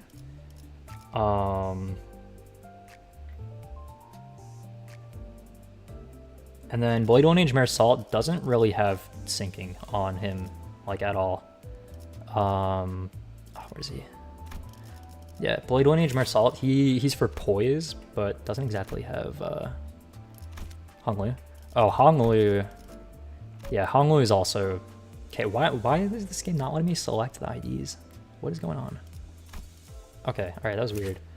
Full Stop Honglu is also for poise. So they're good on a poise team, but they don't exactly do syncing at all. Yeah, anything that doesn't have syncing or syncing count kind of ruins syncing because the count decreases when you hit it. And yeah, so like you really want things that inflict syncing count. Like this, for example, gives count.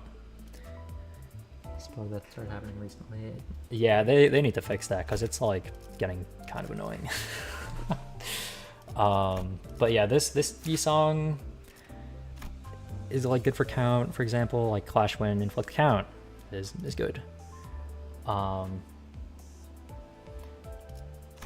Yeah, Full Stop mainly is just poise though. Well, no, it is just poise. It's also ammo, but poison sinking isn't that good. So they are good, but you kind of have to keep them. Well, okay, so like poise, a lot of the poise IDs, they're very like self-sufficient because they get count for themselves and then use that count to deal a lot of damage. But syncing, you kind of can't run it with just any random ID in the team. You kind of need syncing specific IDs because if you hit someone with syncing when you aren't inflicting count, it will decrease the count, and once the count hits 0, then their potency will like disappear. So you don't want to get rid of your syncing stack because that lets you do like more damage. Poise, you don't have to worry about your stack because poise units really are very self-sufficient for the most part. So they are kind of fine on any team just as like a generalist ID. But like syncing, you kind of need specific syncing teams to keep the stack running if you want to run it efficiently. I mean, you can run it with like a few IDs, but it won't last. Like the stack for syncing won't last very long if you don't run a syncing specific team. So like while you can do that, then it's still not the best idea. I mean, there's some syncing IDs that are good regardless, like this one, for example. But not really because she's syncing, more just because she's just really strong. Although even then, she still does do better with syncing. Yeah, she definitely is way better with syncing, but this ID is like one of the few that, even though they kind of really want a status type, they're just strong regardless. The index IDs. Okay, yeah, the index IDs, those. So there's some IDs that you'll see that have like syncing and poise, for example. And these ones, they're mainly poise more than syncing. Your opinion, what's going to have on syncing teams? I think right now the strongest syncing unit is probably Knight of Despair Rhodia, who is a Walpurgis unit. So she's only available during Walpurgis. Well, I mean, you can only like acquire her during Walpurgis. I mean, you can obviously keep her after it ends, but like as for like sharding, you can only shard her during Walpurgis things while Pergus events and can only extract her during it at that time too. Hello, hello. She has max piercing. Yeah, I think because she just does such a high amount of count that like she very much carries sinking count. Because like about the sinking stack disappearing and you don't want it to do that, she keeps it there very well. Yeah, she helps a lot with count. Both best sinking IDs. I'm not sure what the what the other best sinking ID you mean is, or you could be referring to. I mean, this one is good for sinking, but I think this is very much like the clearly best sinking ID in the game right now. Which form is best?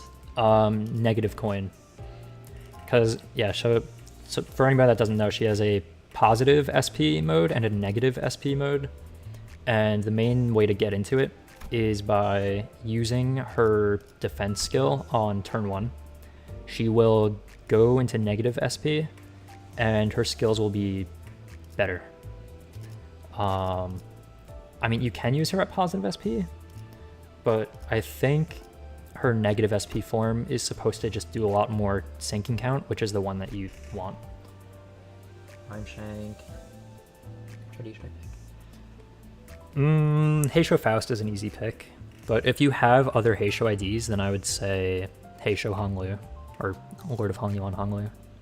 If you have other Heisho IDs, but if you don't, then Heisho Faust is pretty good. As for the other tickets, I did make a stream going into a little bit more detail for all of the anniversary tickets, actually. If you want to check that out, that's available, but yeah, go into a little bit more details for that. So, I mean, yeah, Solemn Lament is good for sinking. Like because I think he's sinking count neutral.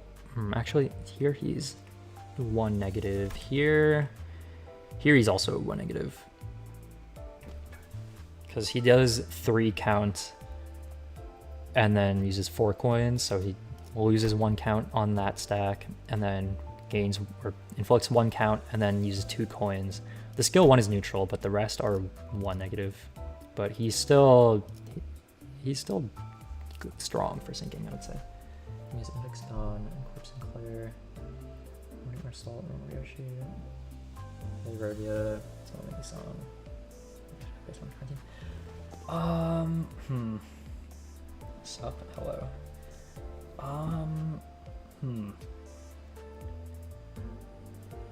Night of Despair Rodeo is very good to have. Solomon, Isong, and Aroma Ryoshu are also good for sinking. The others are kind of all over the place.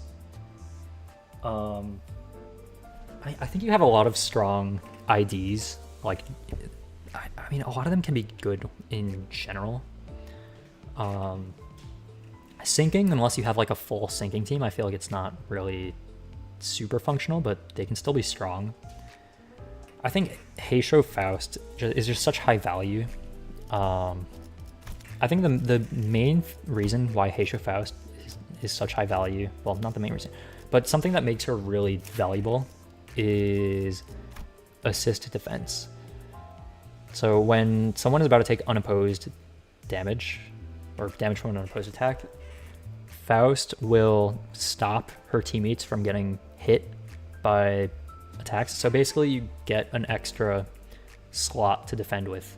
So it basically defends 2 slots for the price of 1. So that is a very good thing to have.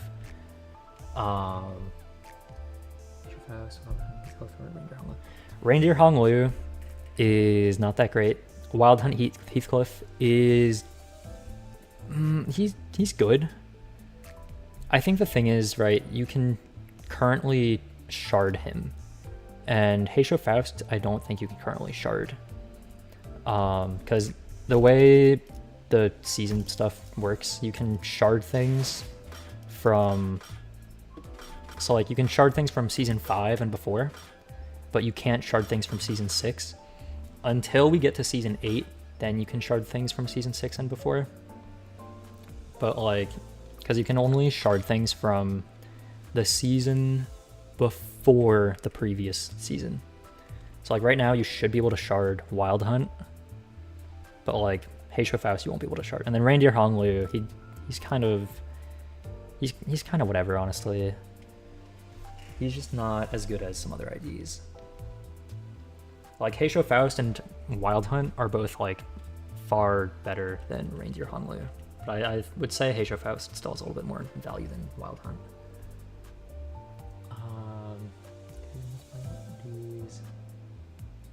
Uptime equal IDs to 4. It's for burn. Yeah, I mean having Hornet Mirror Salt and Roma Ryoshi are both like kind of really good. Index Dawn as well is also really good. And then K Rodia. But like that's a lot of really good IDs.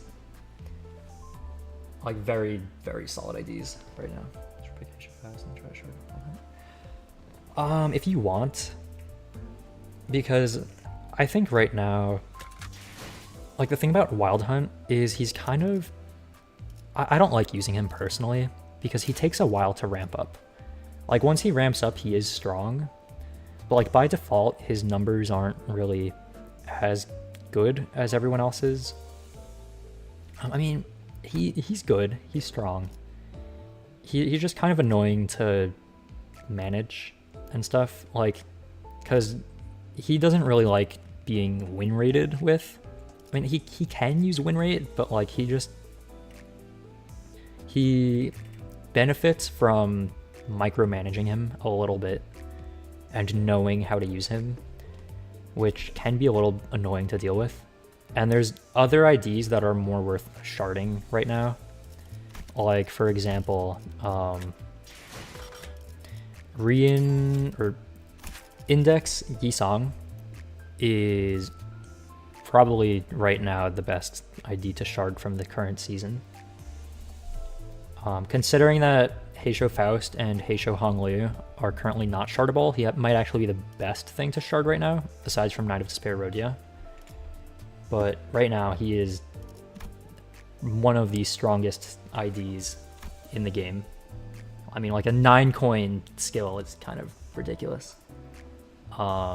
So yeah, there's just other things that might be a little bit higher priority to shard. Index Dawn does do syncing. I mean, all the index IDs are kind of poise syncing, but like they're more so poise than syncing because they don't exactly do a bunch of count. So they're all syncing negative. So like they have syncing on them, but they're definitely better as a poise unit. So like a lot of IDs, they'll have like multiple statuses. Like for example, like W Corp Dawn, right? Like she has Rupture on her, and but she's a charge unit. She has charge and Rupture, but she's very much a charge unit and doesn't do enough Rupture to count as a Rupture. I mean, she counts as a Rupture unit, but I would never use her in a Rupture team unless I had literally 0 other Rupture IDs for Dawn, which is not the case. So the index IDs are kind of one of those categories where, yeah, they have syncing, but they're really a poise ID. And I think all the index IDs are kind of like that. Like Index Faust is like that, where she has both poise and syncing, but she doesn't do enough syncing count to really fit on the syncing team. Index Dawn as well is kind of the same with that. Or like, yeah, she has syncing count, but, well, I mean, no, she doesn't have syncing count. That's the thing. She has syncing, but she doesn't have count.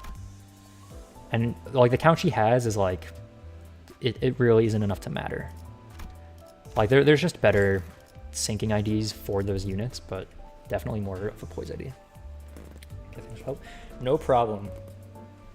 Yeah, anytime. These, yeah, especially in ID review streams or just talking about random IDs, random questions about anything are always welcome.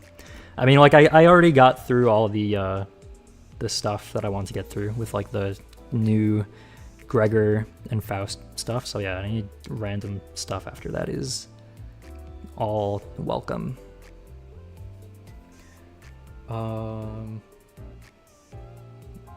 Corpse Sinclair. Oh, also, you can solo 5-30 with a Ishmael ID. I think I actually have done that before. I think that was like a 14-minute stream potentially with. I think this is Zway Ishmael I used for that. Although this Ishmael probably actually Zway just has so much defense though. Yeah, no, one high level Zway Ishmael will obliterate Ricardo without ego, I'm pretty sure. Like I don't think you need ego at all. Oh wait, I can't read.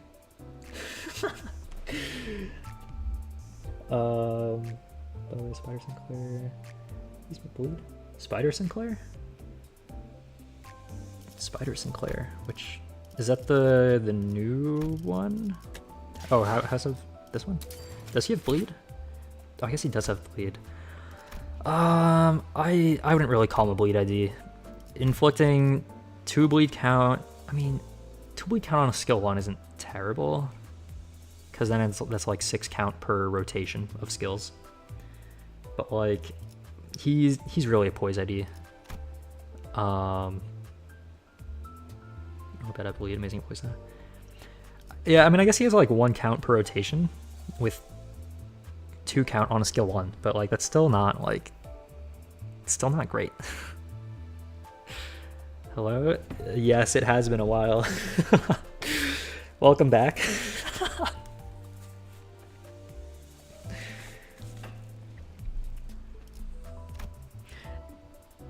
Yeah, nah, he's a poise ID. I guess he's kind of the replacement for Blade Lineage Sinclair, who is a very, very interesting ID. He has 3 bleed on a skill 3, and that's it. He doesn't even gain poise on a skill 3. I mean, with Blade Lineage Mersault, he's kind of acceptable, but he's still not like good enough to use. Entire gimmick is critting harder. Yeah. Yeah, I think also isn't his poise like the best poise out of like all the poise IDs currently? I think. Also, attack weight unconditionally on a skill 2 is kind of crazy. Yeah, no, he's pretty good.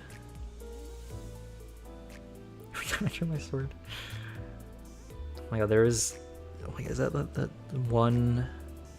There's like this one clip of a guy that's like, oh, every time I draw my sword, I get stronger, and he keeps like drawing his sword nonstop, and then someone walks in on him drawing his sword, and then they like think he's doing something weird, and then they like walk out, and then he's like in the middle of a competition, and then he keeps drawing his sword over and over, and then the guy's like, what is he doing?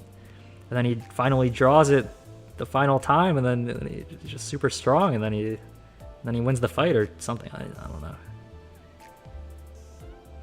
It's just, I don't know. It's like some random clip from some movie that I didn't watch. Unfocused volley. Yeah, unfocused volley sucks. Like, I despise unfocused volley. Like, yeah, he can kill 3 low health enemies maybe, but like when he's trying to focus down one specific thing, like, I despise unfocused volley. It's like, oh yeah, you have attack weight. Oh, actually, just kidding. You can only hit 1 thing per coin. I was actually kind of upset about the Hornet Mersault attack weight nonsense. His skill 3 specifically. This coin hits only a single target. This coin hits only a single target. This coin hits only a single target. Only on his 4th coin does he actually hit the things in his attack weight, which I like. That's why would he do that? Like, like what is he doing? Why would he do that? Why would he only hit a single target for his first 3 coins, and then on his 4th coin finally decides to use his attack weight? Like, yeah, if he uses regret, it'll be insanely overpowered, but like he should just let himself be overpowered. Like, why not? Like, why not just let himself be OP? Let's back because he does a lot of damage. Yeah, first 3 coin hit a single target, but he killing me on first coin. Second and third will change target. Right, want to hear something from testing, not even better than Thumb for burn. I mean, I would rather use Hornet for burn, personally. Because, like, doing burn on multiple targets with the skill 2, I like that.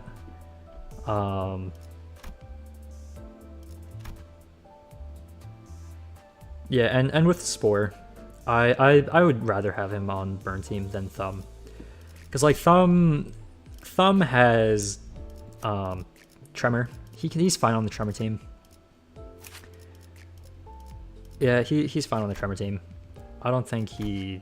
Like, yeah, I think he does the same amount of count, but on single target. Like, he does decent count on the other things as well. But I just kind of prefer Hornet for burn. Yeah, no, I just kind of do.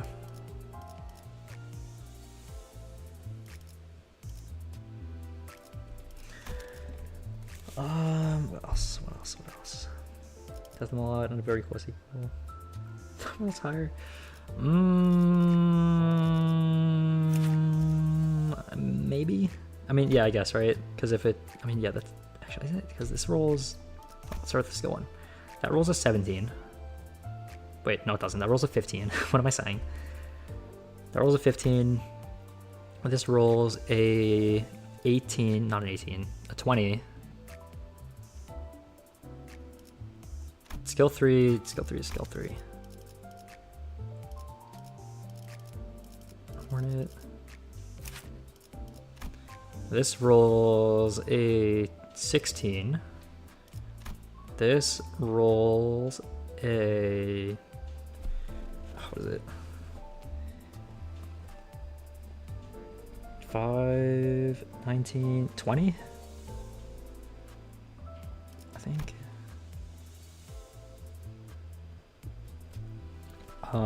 Okay, yeah, this... I think the thing about Thumb or Salt is I don't like ramping him up.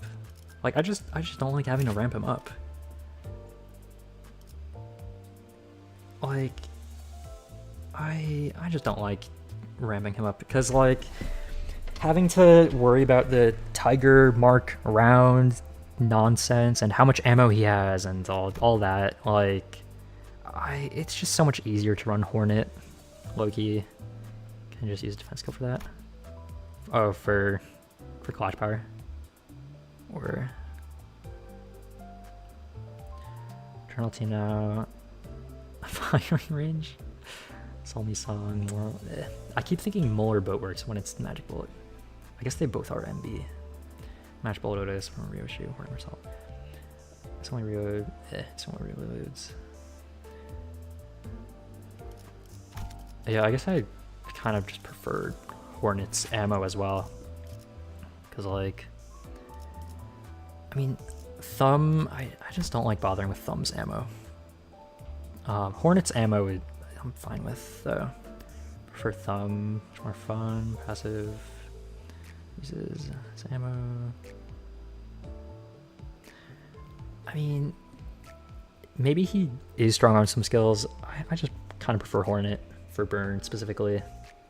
Also, I think Hornet is going to be for a very specific burn team that I still think is going to come out because of Ryoshu's Season Pass Eco. Because, like, there's no way they give her a burn bleed ego and don't give her a burn bleed ID. And I definitely feel like they're going to start making a burn bleed team. I mean, first was Middle Ishmael, who, I mean, I guess she counts as burn. I don't really like her for burn, but I guess she can do burn. And then Hornet or Salt. And then if Middle Ishmael has burn bleed, then probably her Nurse Father's also going to have burn bleed, most likely. So that's going to be 3 IDs with burn bleed, and then Ryoshu with burn bleed is going to be 4, so then we just kind of need 3 more. Only one matters. Very long fights. Hornet. 2 better.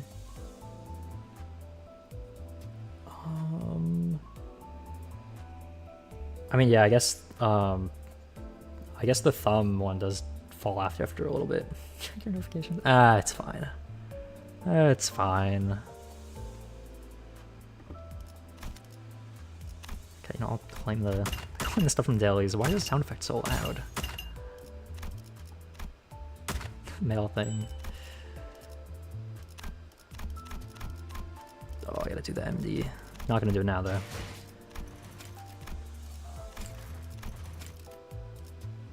Railway 5 error. Okay. Alright. And then, yeah, no, the 26 per thing is... Well, I mean, yeah, this I finished. Actually, did I do that on stream? I think I did. I think I did that while doing LobCorp, actually. Now that I think about it. Oh my god, LobCorp is actually... Oh my god, that is... LobCorp is painful right now. Like, having to reset for a decent Abno is actually gonna take so long. Oh my god, that's actually gonna take so long.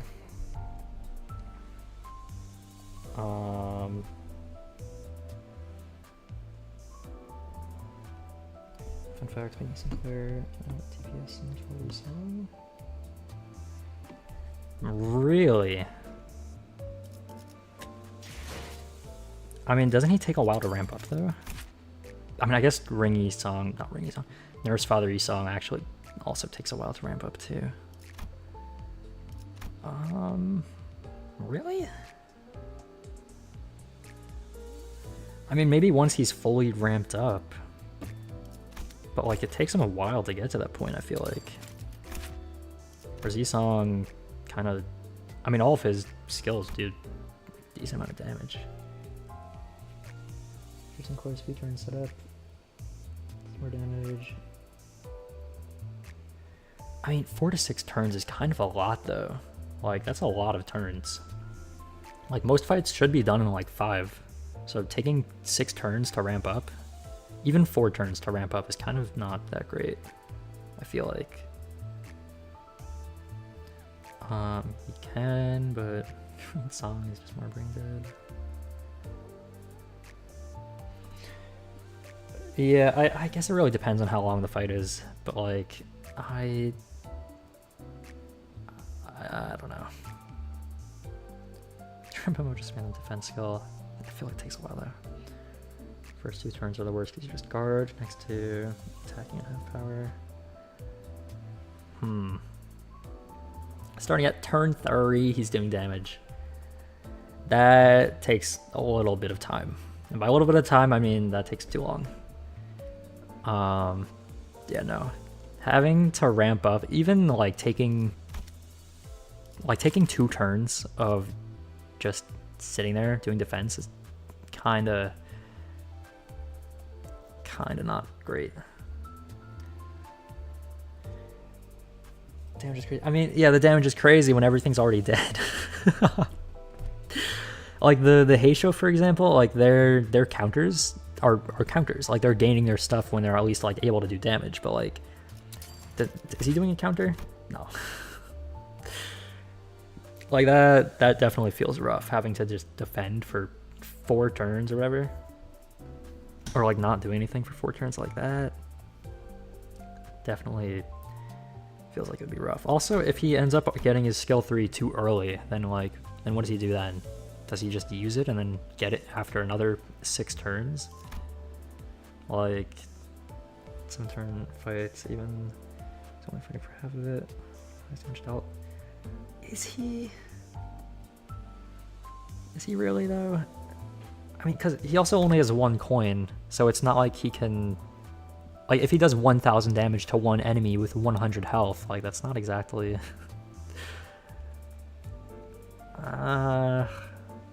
some daily. What, for, like, the XP excavations? Rusty coin. Yeah, I guess Rusty coin would make it go pretty crazy. Skill 2 does 400 plus damage per use. Skill 2? Really? Oh, I guess it does reuse coin.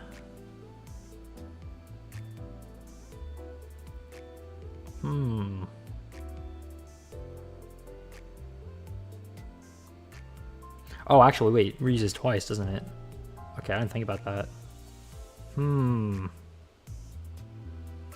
Okay, yeah, no, reusing it twice is pretty good. Okay, also, I just remembered, I used to think Don Sinclair was like, okay, does he gain coin power from his passive?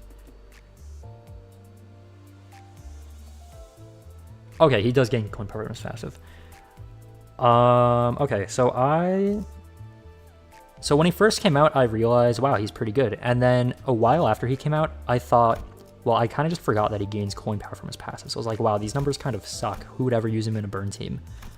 So yeah, I forgot that he gains coin power from his passive. So that is...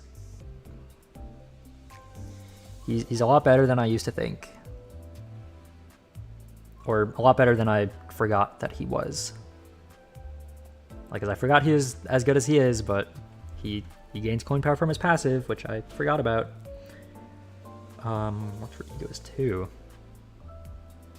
Okay, yeah, if he gets 3 bonus coin power on Harmony, then yeah, that could be pretty decent. Uses twice, Friars, Azure Blade. Main character.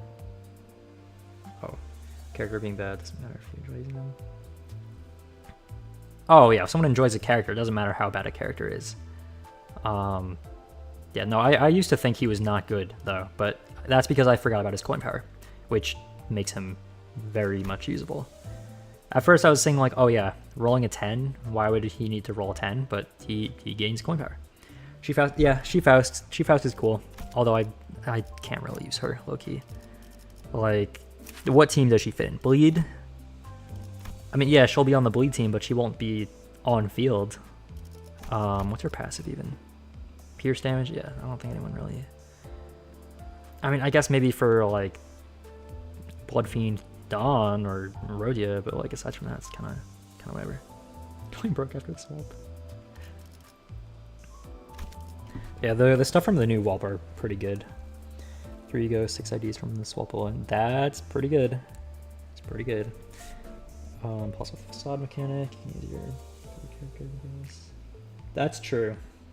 That is true. Also, I think they announced that they were gonna improve the facade system so that you can use like that you can select different phases of a character's appearance. So I guess like for example, Dawn, like she has a different positive SP appearance as a negative SP appearance. So I guess like stuff like that you can finally change. I guess same with like Index Song, and I guess any other IDs with multiple phases. I guess like Don Sinclair, for example, like now you can use his ego form as a thing instead of just having him be his suit form.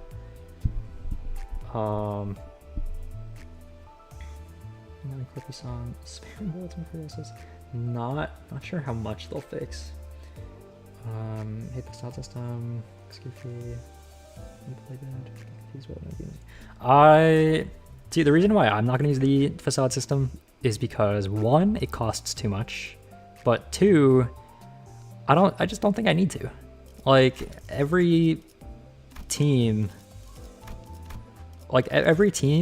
their IDs have a different outfit based on the team they're in. So I don't see why I should change their outfits, because I don't want the same outfits being on multiple teams. Like I want different outfits for every unit, right?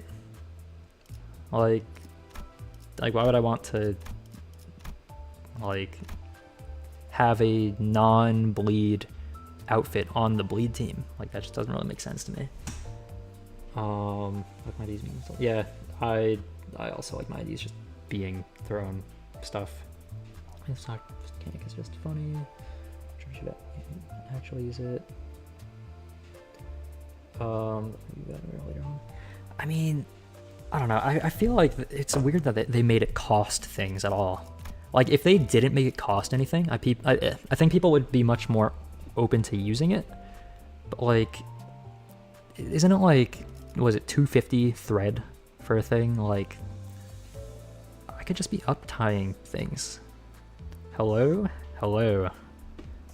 But like, yeah, I just be up-tying things. Like, I don't need to spend 250 character shards on a thing, or even 125. Like, that's like no thanks. I could just shard new things. Well, almost shard things. So there's a few things I can shard still. I mean, like seasonal stuff, I'm gonna have to shard. Also, does Sinclair still not have a charge ID? Does he still not have a charge ID? Does he have it on this? No. Why did I think he had charge on that? I'm thinking of Rose Banner. Like, well, I mean, like, what they mean it costs resources. Yeah, and also you can only buy it when you get them to up-tie 4 as well, which is really like, why is it like that? Or does not have a charge or sinking? I think he does have sinking, right? Yeah, no, he has sinking. He just doesn't have charge. Yeah, Mariachi is sinking though. Oh, speaking of sinking, I can equip this now. Does Marisol have sinking? I don't think so. I can't. Maracas is sinking. I mean, it has sinking. I mean, I wouldn't use him, but like, I mean, his support passive is good though. His support passive is genuinely one of the better support passives. Like, it's just a good support passive compared to some other ones. Right, forgot about that. Yeah, I guess it's just such a irrelevant ID that I just don't really care about it. I mean, yeah, because it's like one of the 4 standard fare that I don't have. None of these I think are really worth sharding. Yeah, no, I still have the anniversary ticket. I'm gonna use it on whichever one I get last, or like if I get 3 of these, then whichever one I don't have, I'll use the ticket on that. But until then, I'm not gonna waste things because I don't want dupes of useless IDs. His funniest ID? Oh, I don't know about that. That Claire is good for actual rupture. I mean, the thing is, Heisho exists though. Like, as long as the Heisho team exists, rupture is not going to see much use of other people. Yeah, like they're just so strong, and so like it's the Heisho team. It's the Heisho team. She wasn't rupture though. I mean, it counts as rupture enough to be called rupture. Like, they may not be good at like stacking rupture or using it, but they have it and they're strong, which is why they are a team. Sync so also good for rupture. I mean, the thing is, they don't apply anymore, and that little thing, that little the thing about the 15 rupture and 3 count is only because of Red Sheet Sinclair, who got nerfed, so they shouldn't even have to keep that on him anymore. Always consideration outside of rupture. That's valid. Yeah, Red Sheet Sinclair, they had to remove his stuff to make rupture actually rupture, or to make rupture actually strong, because they had to nerf people while his passive was still active. Yeah.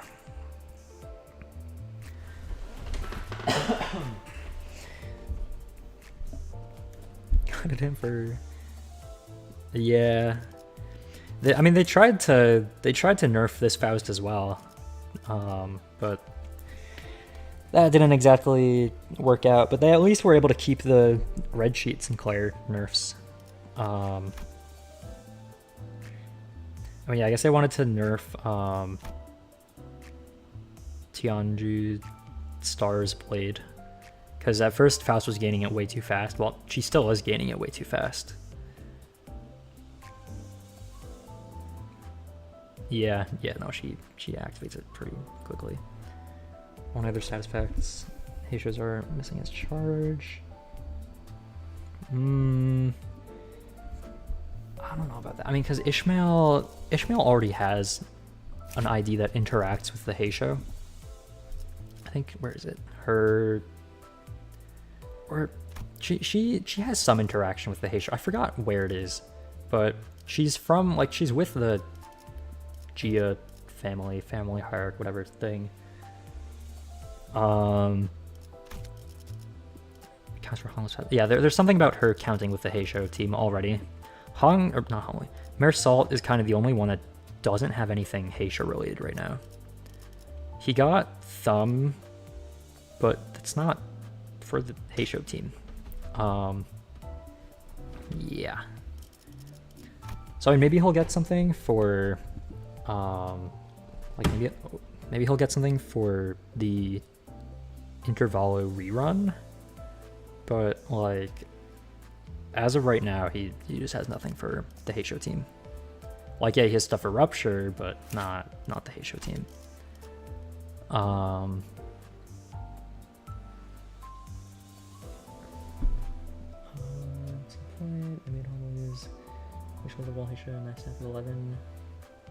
That's true. I guess that's just for like future proofing. If they just felt like having Ishmael get a Heisho ID. I mean, she could potentially in the future. Like, I don't know, maybe she'll get like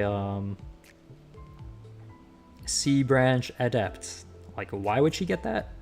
I have no idea, but she could. Yep. And Sankmer Salt. He could get one potentially. Oh yeah, I guess because the 11 does kind of just account for everybody. But yeah, I don't know. Maybe we'll get a 14th person or something, or a 13th. I guess Dante counts as one. So okay, one moment.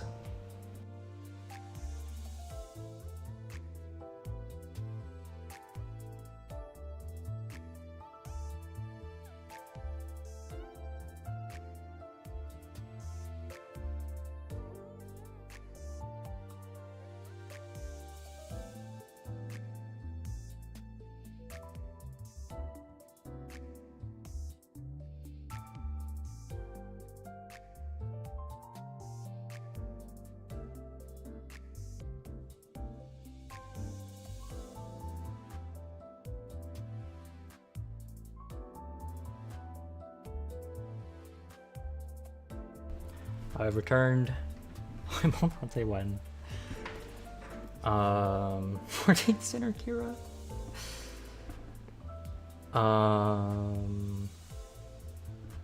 The anniversary animation. Was he? Okay, I do not remember him doing anything in the anniversary animation.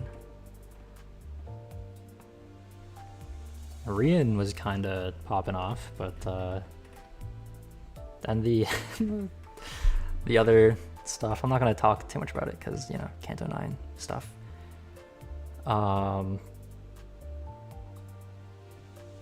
Yeah.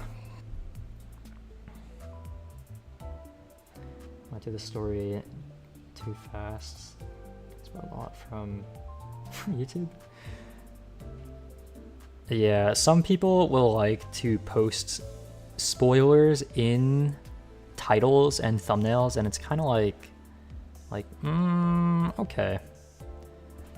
Like, especially when it's like not even been a week, and it's like, oh, there's this character, and it's like, that's a spoiler. That's a spoiler. Yep. Just missed yourself from all social media. Yeah.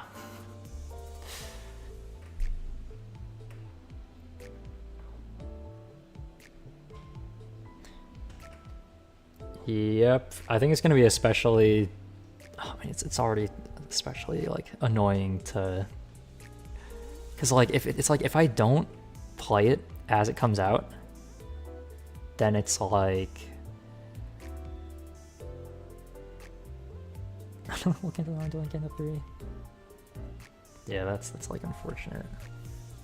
Like I feel like if I don't play it as soon as it comes out, then like it's gonna get spoiled. But like at the same time, like the time it comes out is a very unfortunate time for me to have to play it, because it's like it's just the timing of it doesn't work out very well. But it's like I would play it the next day, but then I don't know if there's gonna be spoilers or anything, so it's like I kind of gotta try to rush it, and it's like, but then also it takes like a while to finish it, and I don't want people talking to me about spoilers because I will simply delete them from existence in my chat, not from existence. I can't do it. 9:25.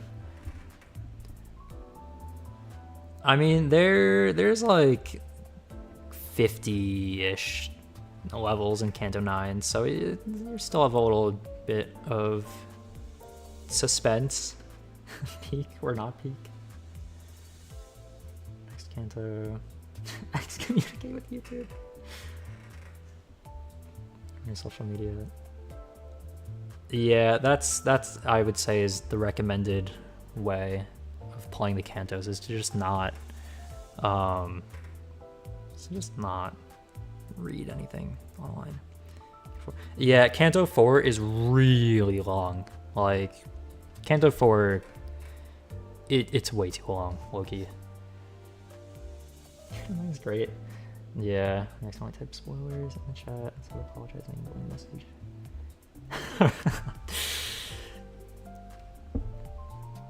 Yeah, I mean, like if someone says, oh yeah, Kanto 9 is good, well that's fine. If someone says, oh yeah, in Kanto 9 this character does this thing and this character happens with this, then it's like I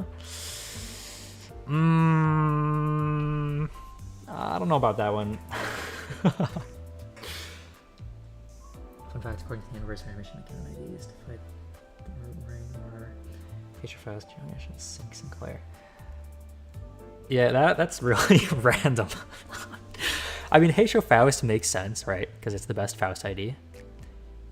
Jiang-ish? Actually, no, I was thinking of Jia-ish. Jiang-ish is probably the best generalist Ishmael.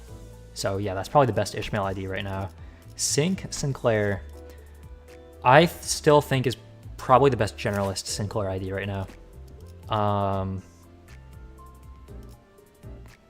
So yeah, no, Sink Sinclair is still good. Still good because his conditionals are very easy to fulfill. So he doesn't really need a team to fulfill his conditionals. So he is still relevant today, I would say. Although Sink Dawn, this Sink Dawn sucks. This one has the same conditionals as Sink Sinclair, but better because she gets 2 coin power on her skill 1 instead of just 1, and still gets 2 coin power on her skill 3 when it has 4 coins, so that's still good. She is good. Yeah. Pinky Claire, best generalist. I forgot about Pinky Sinclair, low-key. Yeah, I forgot about him. I guess for like low turn fights though, Sink Sinclair is still, I mean, I guess if it's gonna be like 2 turns, Sink Sinclair is better, since Pinky, you know, kind of guards for 5 turns before he can do anything.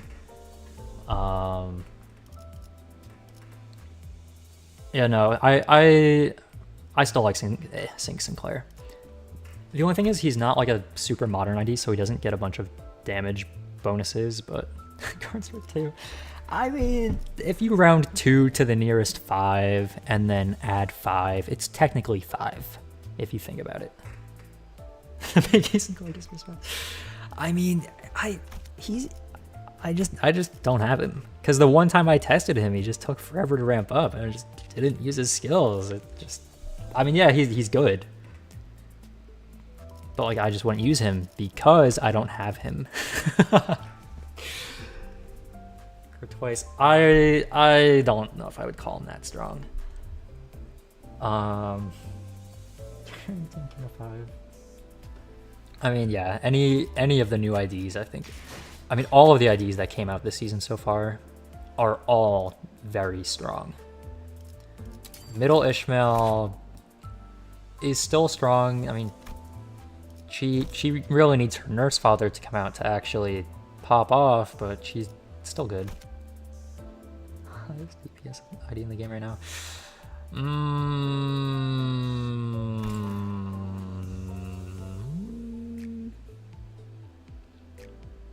He does damage. Trigger doesn't have flashy animations. I won't use them. You know a really cool character is his Blade Lineage Sinclair. His skill 3, he just does one really strong hit. He just does a really strong hit with Blade Lineage Mersault as well. He just does so much damage. He just does so much damage. Is there at least 13 IDs for every Sinner that I have? No, I don't. I don't for Rhodia for some reason. They really have not made 2 stars in like a decade. Okay, maybe not a decade, but like when was the last 2-star ID? Was it Martin Yisong? No, it wasn't. Who was it? Who was the last 2-star? Wait, maybe it was. Wait, low-key, it might have actually been him. Or Fang Hunt? Hong Liu? Or no. Wait, it might have been either Martin Yisong or Fang Hunt Hong Liu. That which was what, season 5 or something?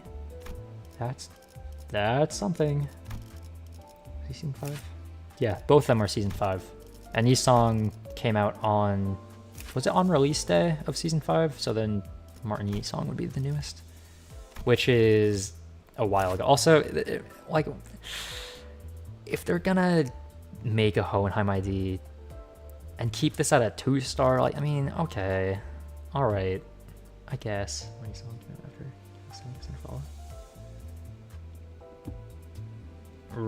Yeah, because Oblivion is Kanto 7, right? Season 5, Kanto 7, right?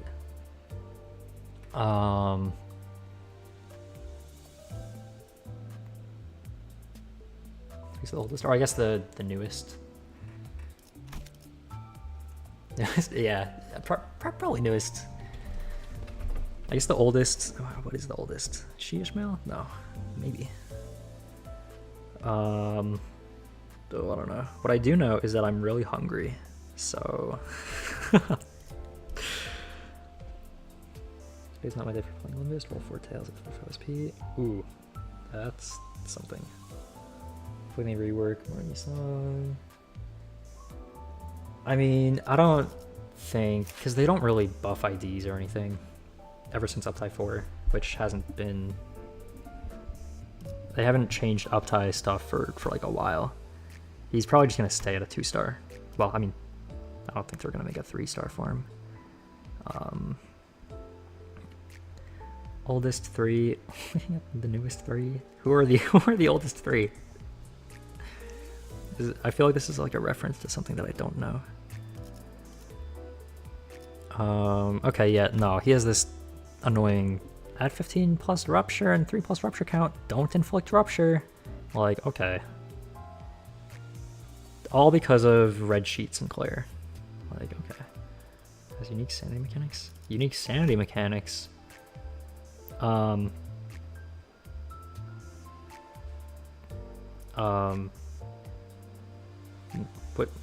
Which part? Thoughts on the new Greg? Well, the things I covered him like at the start, and then after I kind of went over everything there just went over, then we kind of got sidetracked. But I went over everything I planned on doing. Yeah, so he looks very good for support, like, because he's like one of the 3 charge support IDs now, because now there is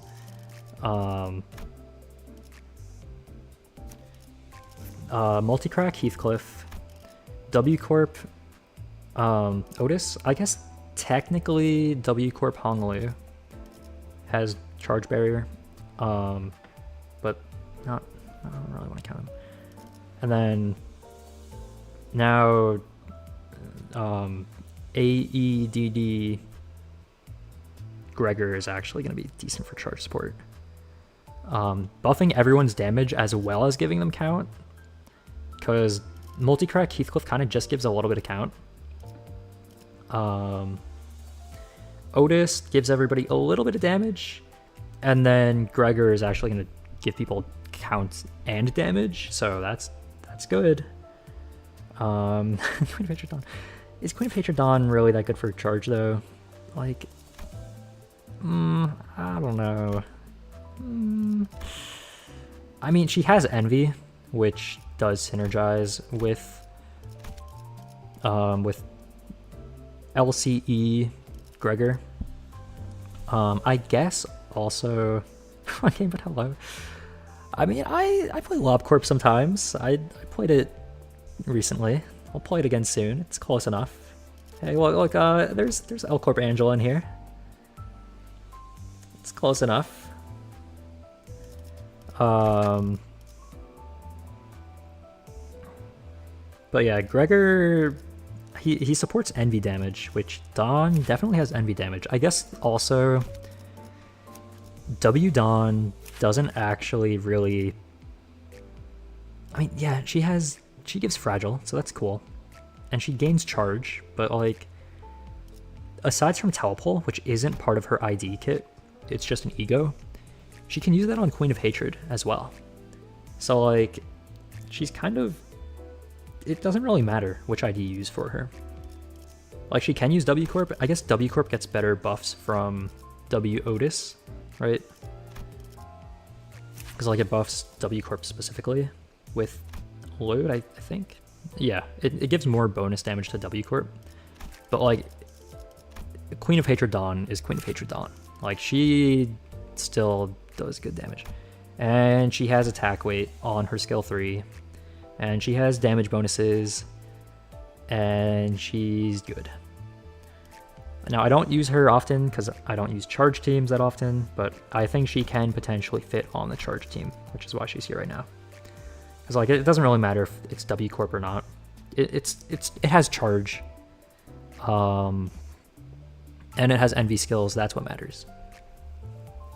I think the new Greg, it's officially straight up worth it to use W Corp Heath. I mean, yeah, because the thing is, we don't need multi-crack Heathcliff anymore because of well, I mean, the thing about Heathcliff, right? Multi-crack, it used to be 50-50 between W Corp Heath and multi-crack because multi-crack was like the only ID with photoelectricity, which is kind of the only support for charge like at all, aside from egos and whatever.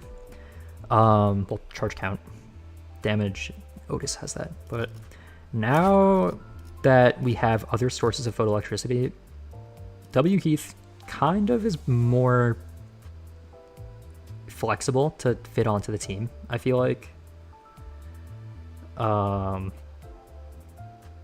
Yeah. Like, because I used to not like W Heathcliff because he takes a long time to ramp up.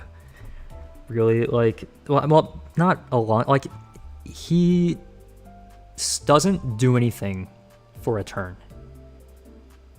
And then he staggers himself for a turn or something. And then he uses a skill 3. Which I don't really like. Because, like, why is he not clashing with things for 2 whole turns? What is he doing? But, like, if it's actually made valid by other people acting as a support instead of him, then I guess it's more usable. Staggers himself whenever you want to aim fast. Yeah, I don't like that he staggers himself because I like having everybody being able to clash. See, the thing is, even if the damage is good, I still prefer like utility over straight damage numbers. Like, yeah, someone can deal 100 damage, but if they clash at like 2, then like what's the point?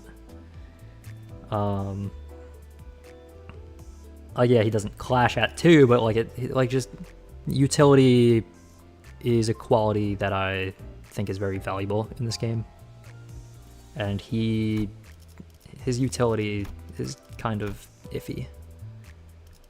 But he's still not bad though. Do I just knock Ardor with him? Yeah, that's true. I mean, he's not getting like his full potential, but yeah, I mean, his damage it's just kind of whatever. I feel like does he get more damage from something? I think he is supposed to, right?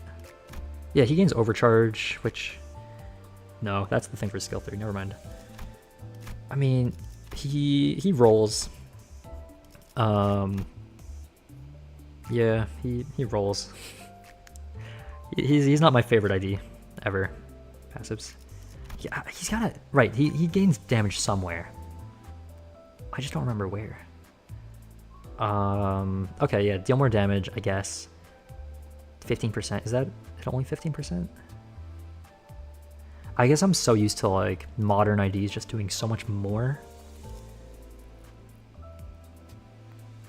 I mean, yeah, he gets some damage. It's I guess. I don't know. Other IDs are just better. He's not bad, but like, I mean, comparing him to IDs like this one, for example, he's definitely better than this ID. That's not even a question. But like other IDs, like this one, he is not better than. This one, Arcor Ponglio, he has a 4-coin skill too. He's not bad. He is sinking, which isn't crazy, but he does stuff. More defense focused than damage focused. Damage slowdown. Terrible. Same high stage in the game. So 3 rolls of 32. Oh, for Heathcliff. It's not Heathcliff. 2 final power. Okay. 4, so 6 times 4 is 24. Final power goes to 6, so that's 30. Gain clash power 5, so 35. So rolls a 35, but I mean, yeah, then that's only clash power, so damage rolls up to 32. But then it actually goes, doesn't he gain coin power or something on here? Yeah, he gains coin power on his 4th coin, so he does more for his final coin. Yeah, his final coin is definitely strong. Like, it's a strong skill, it just is annoying to deal with him otherwise, because that's kind of his only strong skill. The rest is kind of whatever. Like, he might as well just sit there doing nothing instead of using these nothing skills. Yeah, does he even gain charge from this? I mean, I guess Dawn can always just use telepult to give him count. It's kind of whatever. Yeah. But the new Gregor is going to be very good for charge, I feel like. I definitely think it's going to be the best charge support that we will ever have. Well, not that we will have currently once it comes out. Fealty Clash decent. I mean, yeah, but like it's 2 coins, and I don't know how great it is for damage. 3 coins would have been better. It doesn't really do anything that interesting either. At that point, he gains defense level up, charge barrier, and all that. I mean, yeah, but like, I'd rather him be clashing instead of just taking damage.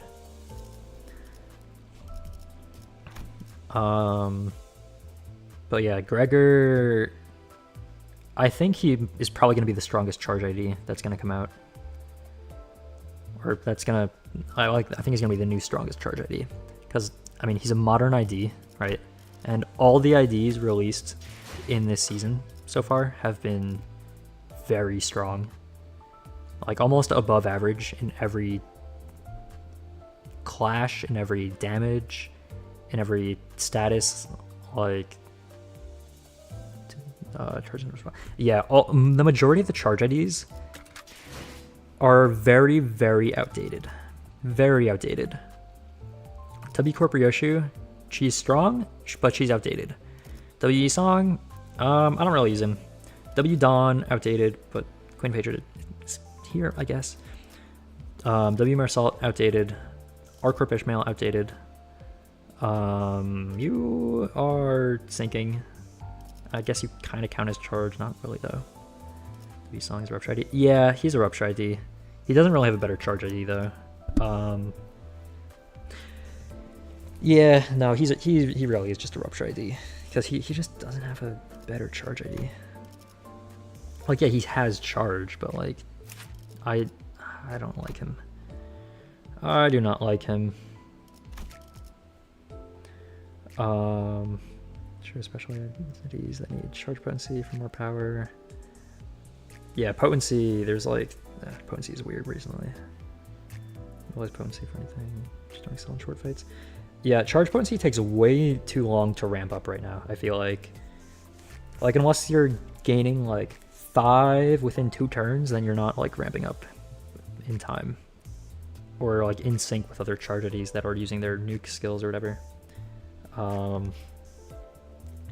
Sinclair just doesn't have a charge ID. Like, okay. Rhodia, I mean, she has Rose Spanner, which is technically charged, but it's Tremor. This, I guess, is charged, but like, it's sinking. This is charged, but it does 18 damage on a skill 2. I mean, the skill 3 is still fine, I guess. But like, its damage is just, it just doesn't hold up as well as the other things. Like they do a charge team, overall. Never really got no ideas. I think the thing is, right, back in season 2 and season 1, mainly season 2, because of W Ryoshu, charge used to be the strongest team in the game, with W Dawn, W Ryoshu, and Arcorp Heathcliff, who is technically charged because of this. They used to be the strongest team in the game. Just those 3 IDs alone were really good. Welcome back. But like, ever since they started making IDs stronger and stronger, they just fell off over time because they're just outdated. Like, yeah, Dawn is still good rolling a 31, but like, her skill 1 rolls a 13, which is outdated, and it's a single coin, and it does 13 damage. Her skill 2 goes from 16 to 19. That things are rolling 20 whatever now, so that's outdated. I mean, she does fragile, which is good. This rolls a 31, so that's good. What you all? You as well. Yeah, 5 rupture, nobody cares about that. An evade is good. Literally nothing on it, because that wasn't a thing for a while. Arcorp Heathcliff, he's still strong, low-key. Like, nobody uses him anymore, but the fact that he does 4 fragile on 1 skill is still good.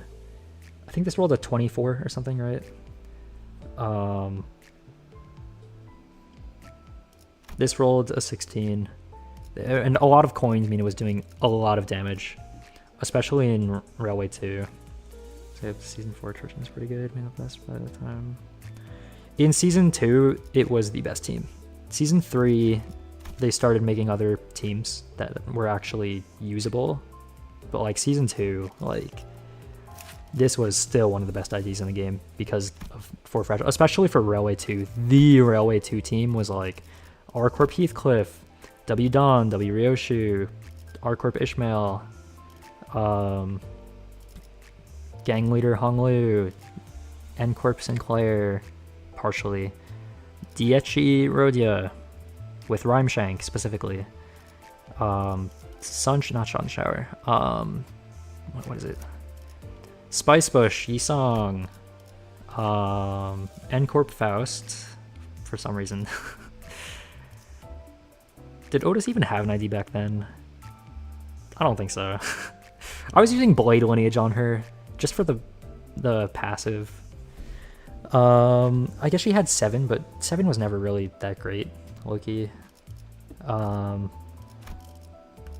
Gregor, did he even have an ID? He had this one for the support passive, or this one for the support passive for healing.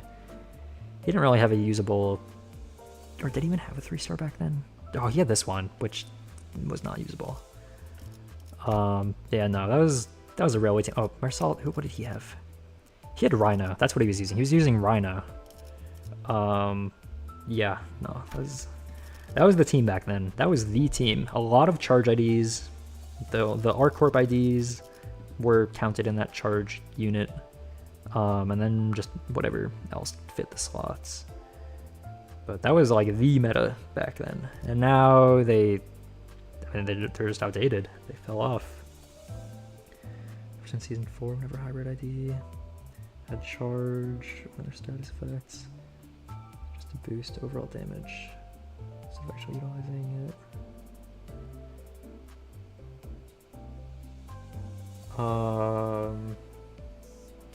Yeah, I guess they have had that out quite a bit, and especially also Red Eyes Ryoshu. She has a unique thing with charge, where yeah, when gaining charge count, she gains the other stuff. So she could actually potentially be on the charge team, which is kind of weird to say, but she does fit on it because she technically has charge. But then again, this is the Envy nuke skill that is on Ryoshu, although also AEDD Gregor synergizes with both Envy and Gloom. This one only has Envy, whereas Red Eyes has Envy and Gloom. I guess she also has Envy on her Red Eyes Ego, but yeah, that's whatever. Yeah, Dawn, this one also has like what you're talking about, like with the charge convert into whatever, I think, right? I don't know where it is, but I think that's somewhere where instead of gaining charge, she gains whatever instead. I don't know where it is though. Unique charge. Interacts the same way as normal charge. Does 2 effects that raise or reduce charge potency / count. Yeah. She's basically charge. Knight of Despair Rhodia, I guess also is charge too. For some reason. Yeah, now I think about it, I think season 3,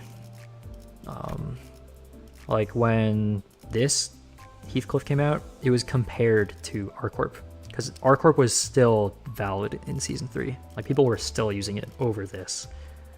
Now this has better clashing numbers, but ArcCorp had quick suppression.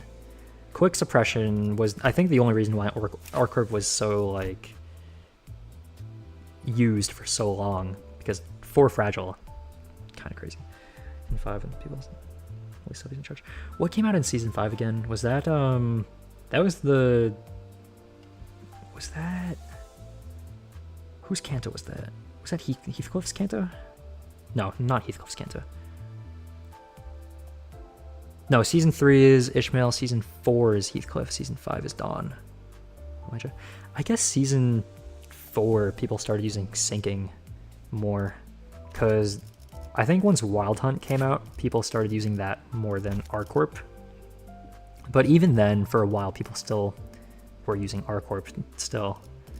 But yeah, once Oblivion came around, then it was just the Bloodfiend team, and the Bloodfiend team was just the meta after that. What is every other ID? Get poison anyway. Goes to charge. Yeah. Season 4. I guess, because I mean, it's kind of hard to say charge team. Exactly, because when there's like very specific units that are good for charge. Because like W Dawn was still being used until Magical Dawn came out, which when did Magical Dawn come out? I don't know. I mean, I know I was using W Dawn in story before this Dawn came out. Maybe even in Canto 8, maybe. I think I was still using W Dawn. I think so. Yeah, I think I was still using W Dawn in Kanto 8. Because she was good in Kanto 8. Like, she was still good. Yeah, no, she was still good in Kanto 8. But now there's a little bit better. Potentially. Cooking food. That sounds good. Okay, I'm probably gonna call it soon because I am very hungry and this has been going on for a while. All right, any last things? Charge needed a magical Otis, light entity, shine again. Yeah, AEDD Gregor should hopefully bring charge back a little bit, although the thing is, right, I think that Gregor will be strong, but I think all the other charge IDs, the thing is, right, they're just not up to par. Like, we need other strong charge IDs that aren't Gregor, because he's going to be strong, but he's going to be stronger than every other charge ID, so yeah, he's going to support them, but like, are they worth supporting? Because like, its charge still might not be usable. Because like, there's just no other strong IDs aside from Gregor. Like even W Corp Heathcliff is still comparable to W Dawn, who is from season 1 or whatever. Who like that, like that's an old ID, right? And he's comparable to an ID that rolls suboptimally, which is not the best for him. We need better charge IDs.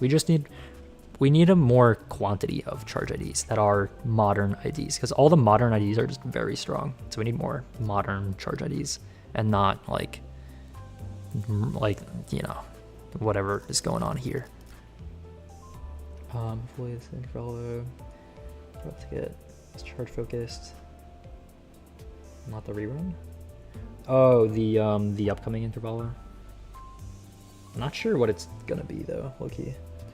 Let's see, we consider it's probably gonna go to import from our results Kanto.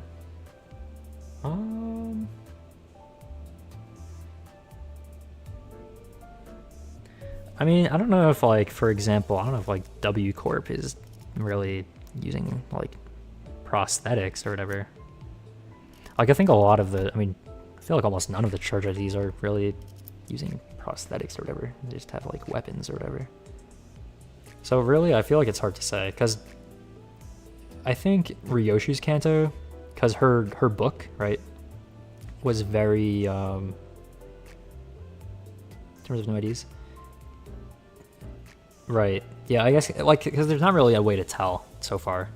Because like Ryoshi's Kanto, her book has very important symbolism about fire, so like having burn involved in her Kanto and seasonal ID I think will be important. But as for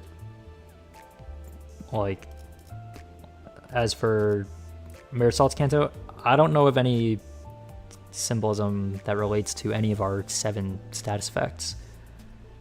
Also, another thing to think about is, I forgot where I saw, but I think Project Moon in some announcement or something said they were planning on adding more keywords to the, planning to add more keywords to the loadouts. So we could potentially get teams that are not any of these 7, because right now there's kind of just these 7 teams. But we might actually get other, if they just add haste and whatever, I don't think anybody really cares about a haste team. The sync IDs are poise, right? But show keyword. But if they add another status effect, that could be interesting. Or I guess offense level down could be something, but then again, that's not really, I don't think anyone's gonna scale off of offense level down. I guess people do scale off of, oh yeah, if you have multiple negative status effects on you, then we'll get a bonus, such as Ringy Song, getting bonus stuff based on negative effects on target. Like, that could be a status, but, like, I mean, I guess it's not really a status in itself. But, yeah, basically, long story short, Ryoshu was pretty obviously going to be themed around Burn. Mare Salt, no idea. Yeah. So we'll have to see when it comes out. Okay, as for the upcoming Intervalo rerun, I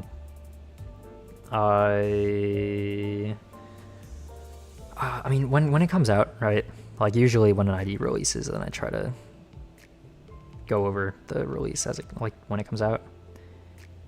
And then usually when story comes out, I try to do it when it comes out. But the thing is, right, the daylight savings time stuff is going to be a little weird now, since it's going to be a little bit weird because of, because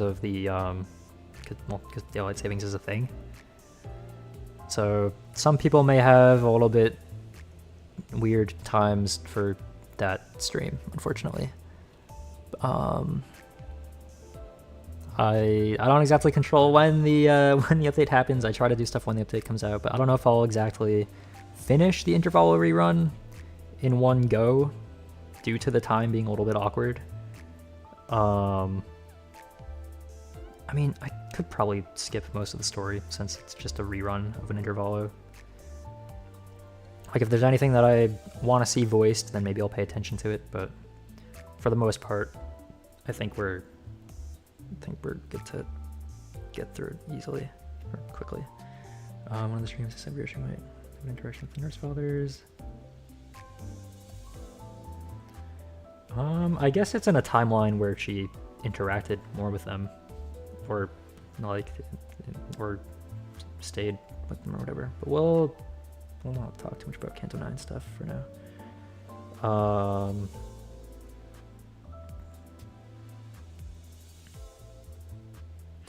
Okay.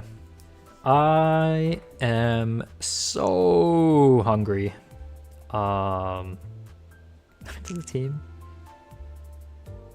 Wait, yeah. I did too.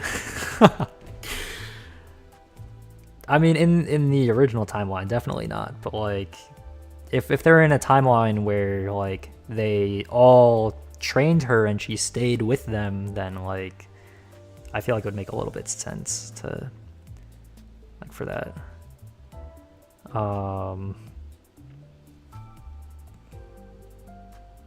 Statuses? I mean, she already is going to synergize with the middle, who is Bleed Burn, because she's going to have Bleed Burn. I'm calling it now.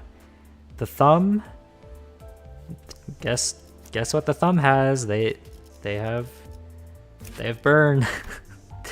And then the index has Poise, which I think Ryoshu will also have Poise. And then the ring, well, they have Bleed, so they kind of fulfill the Bleed part of the Bleed Burn.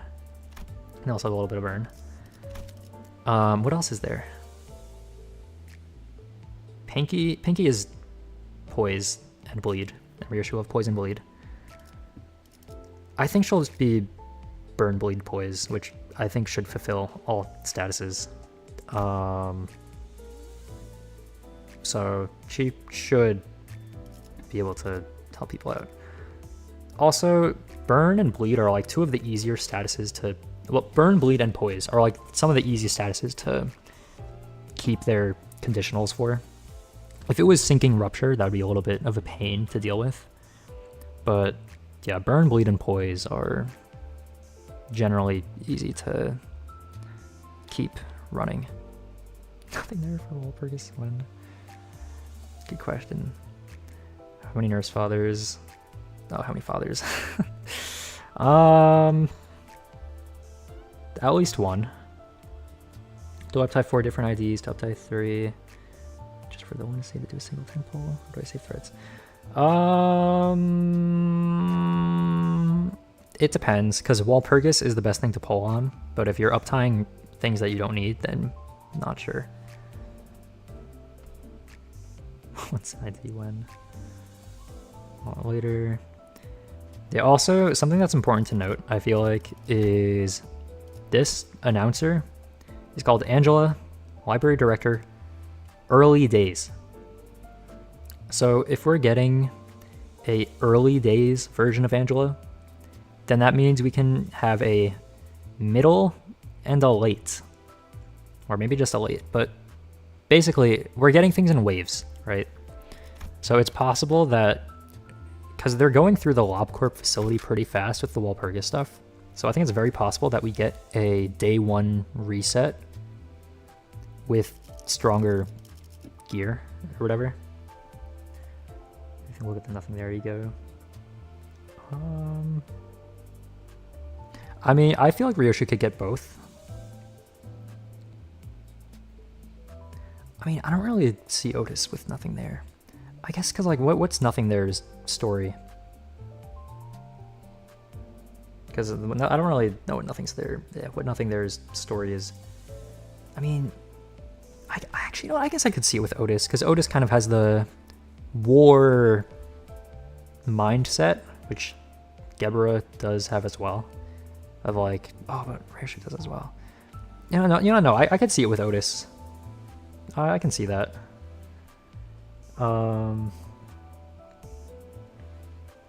Library IDs after World Continent.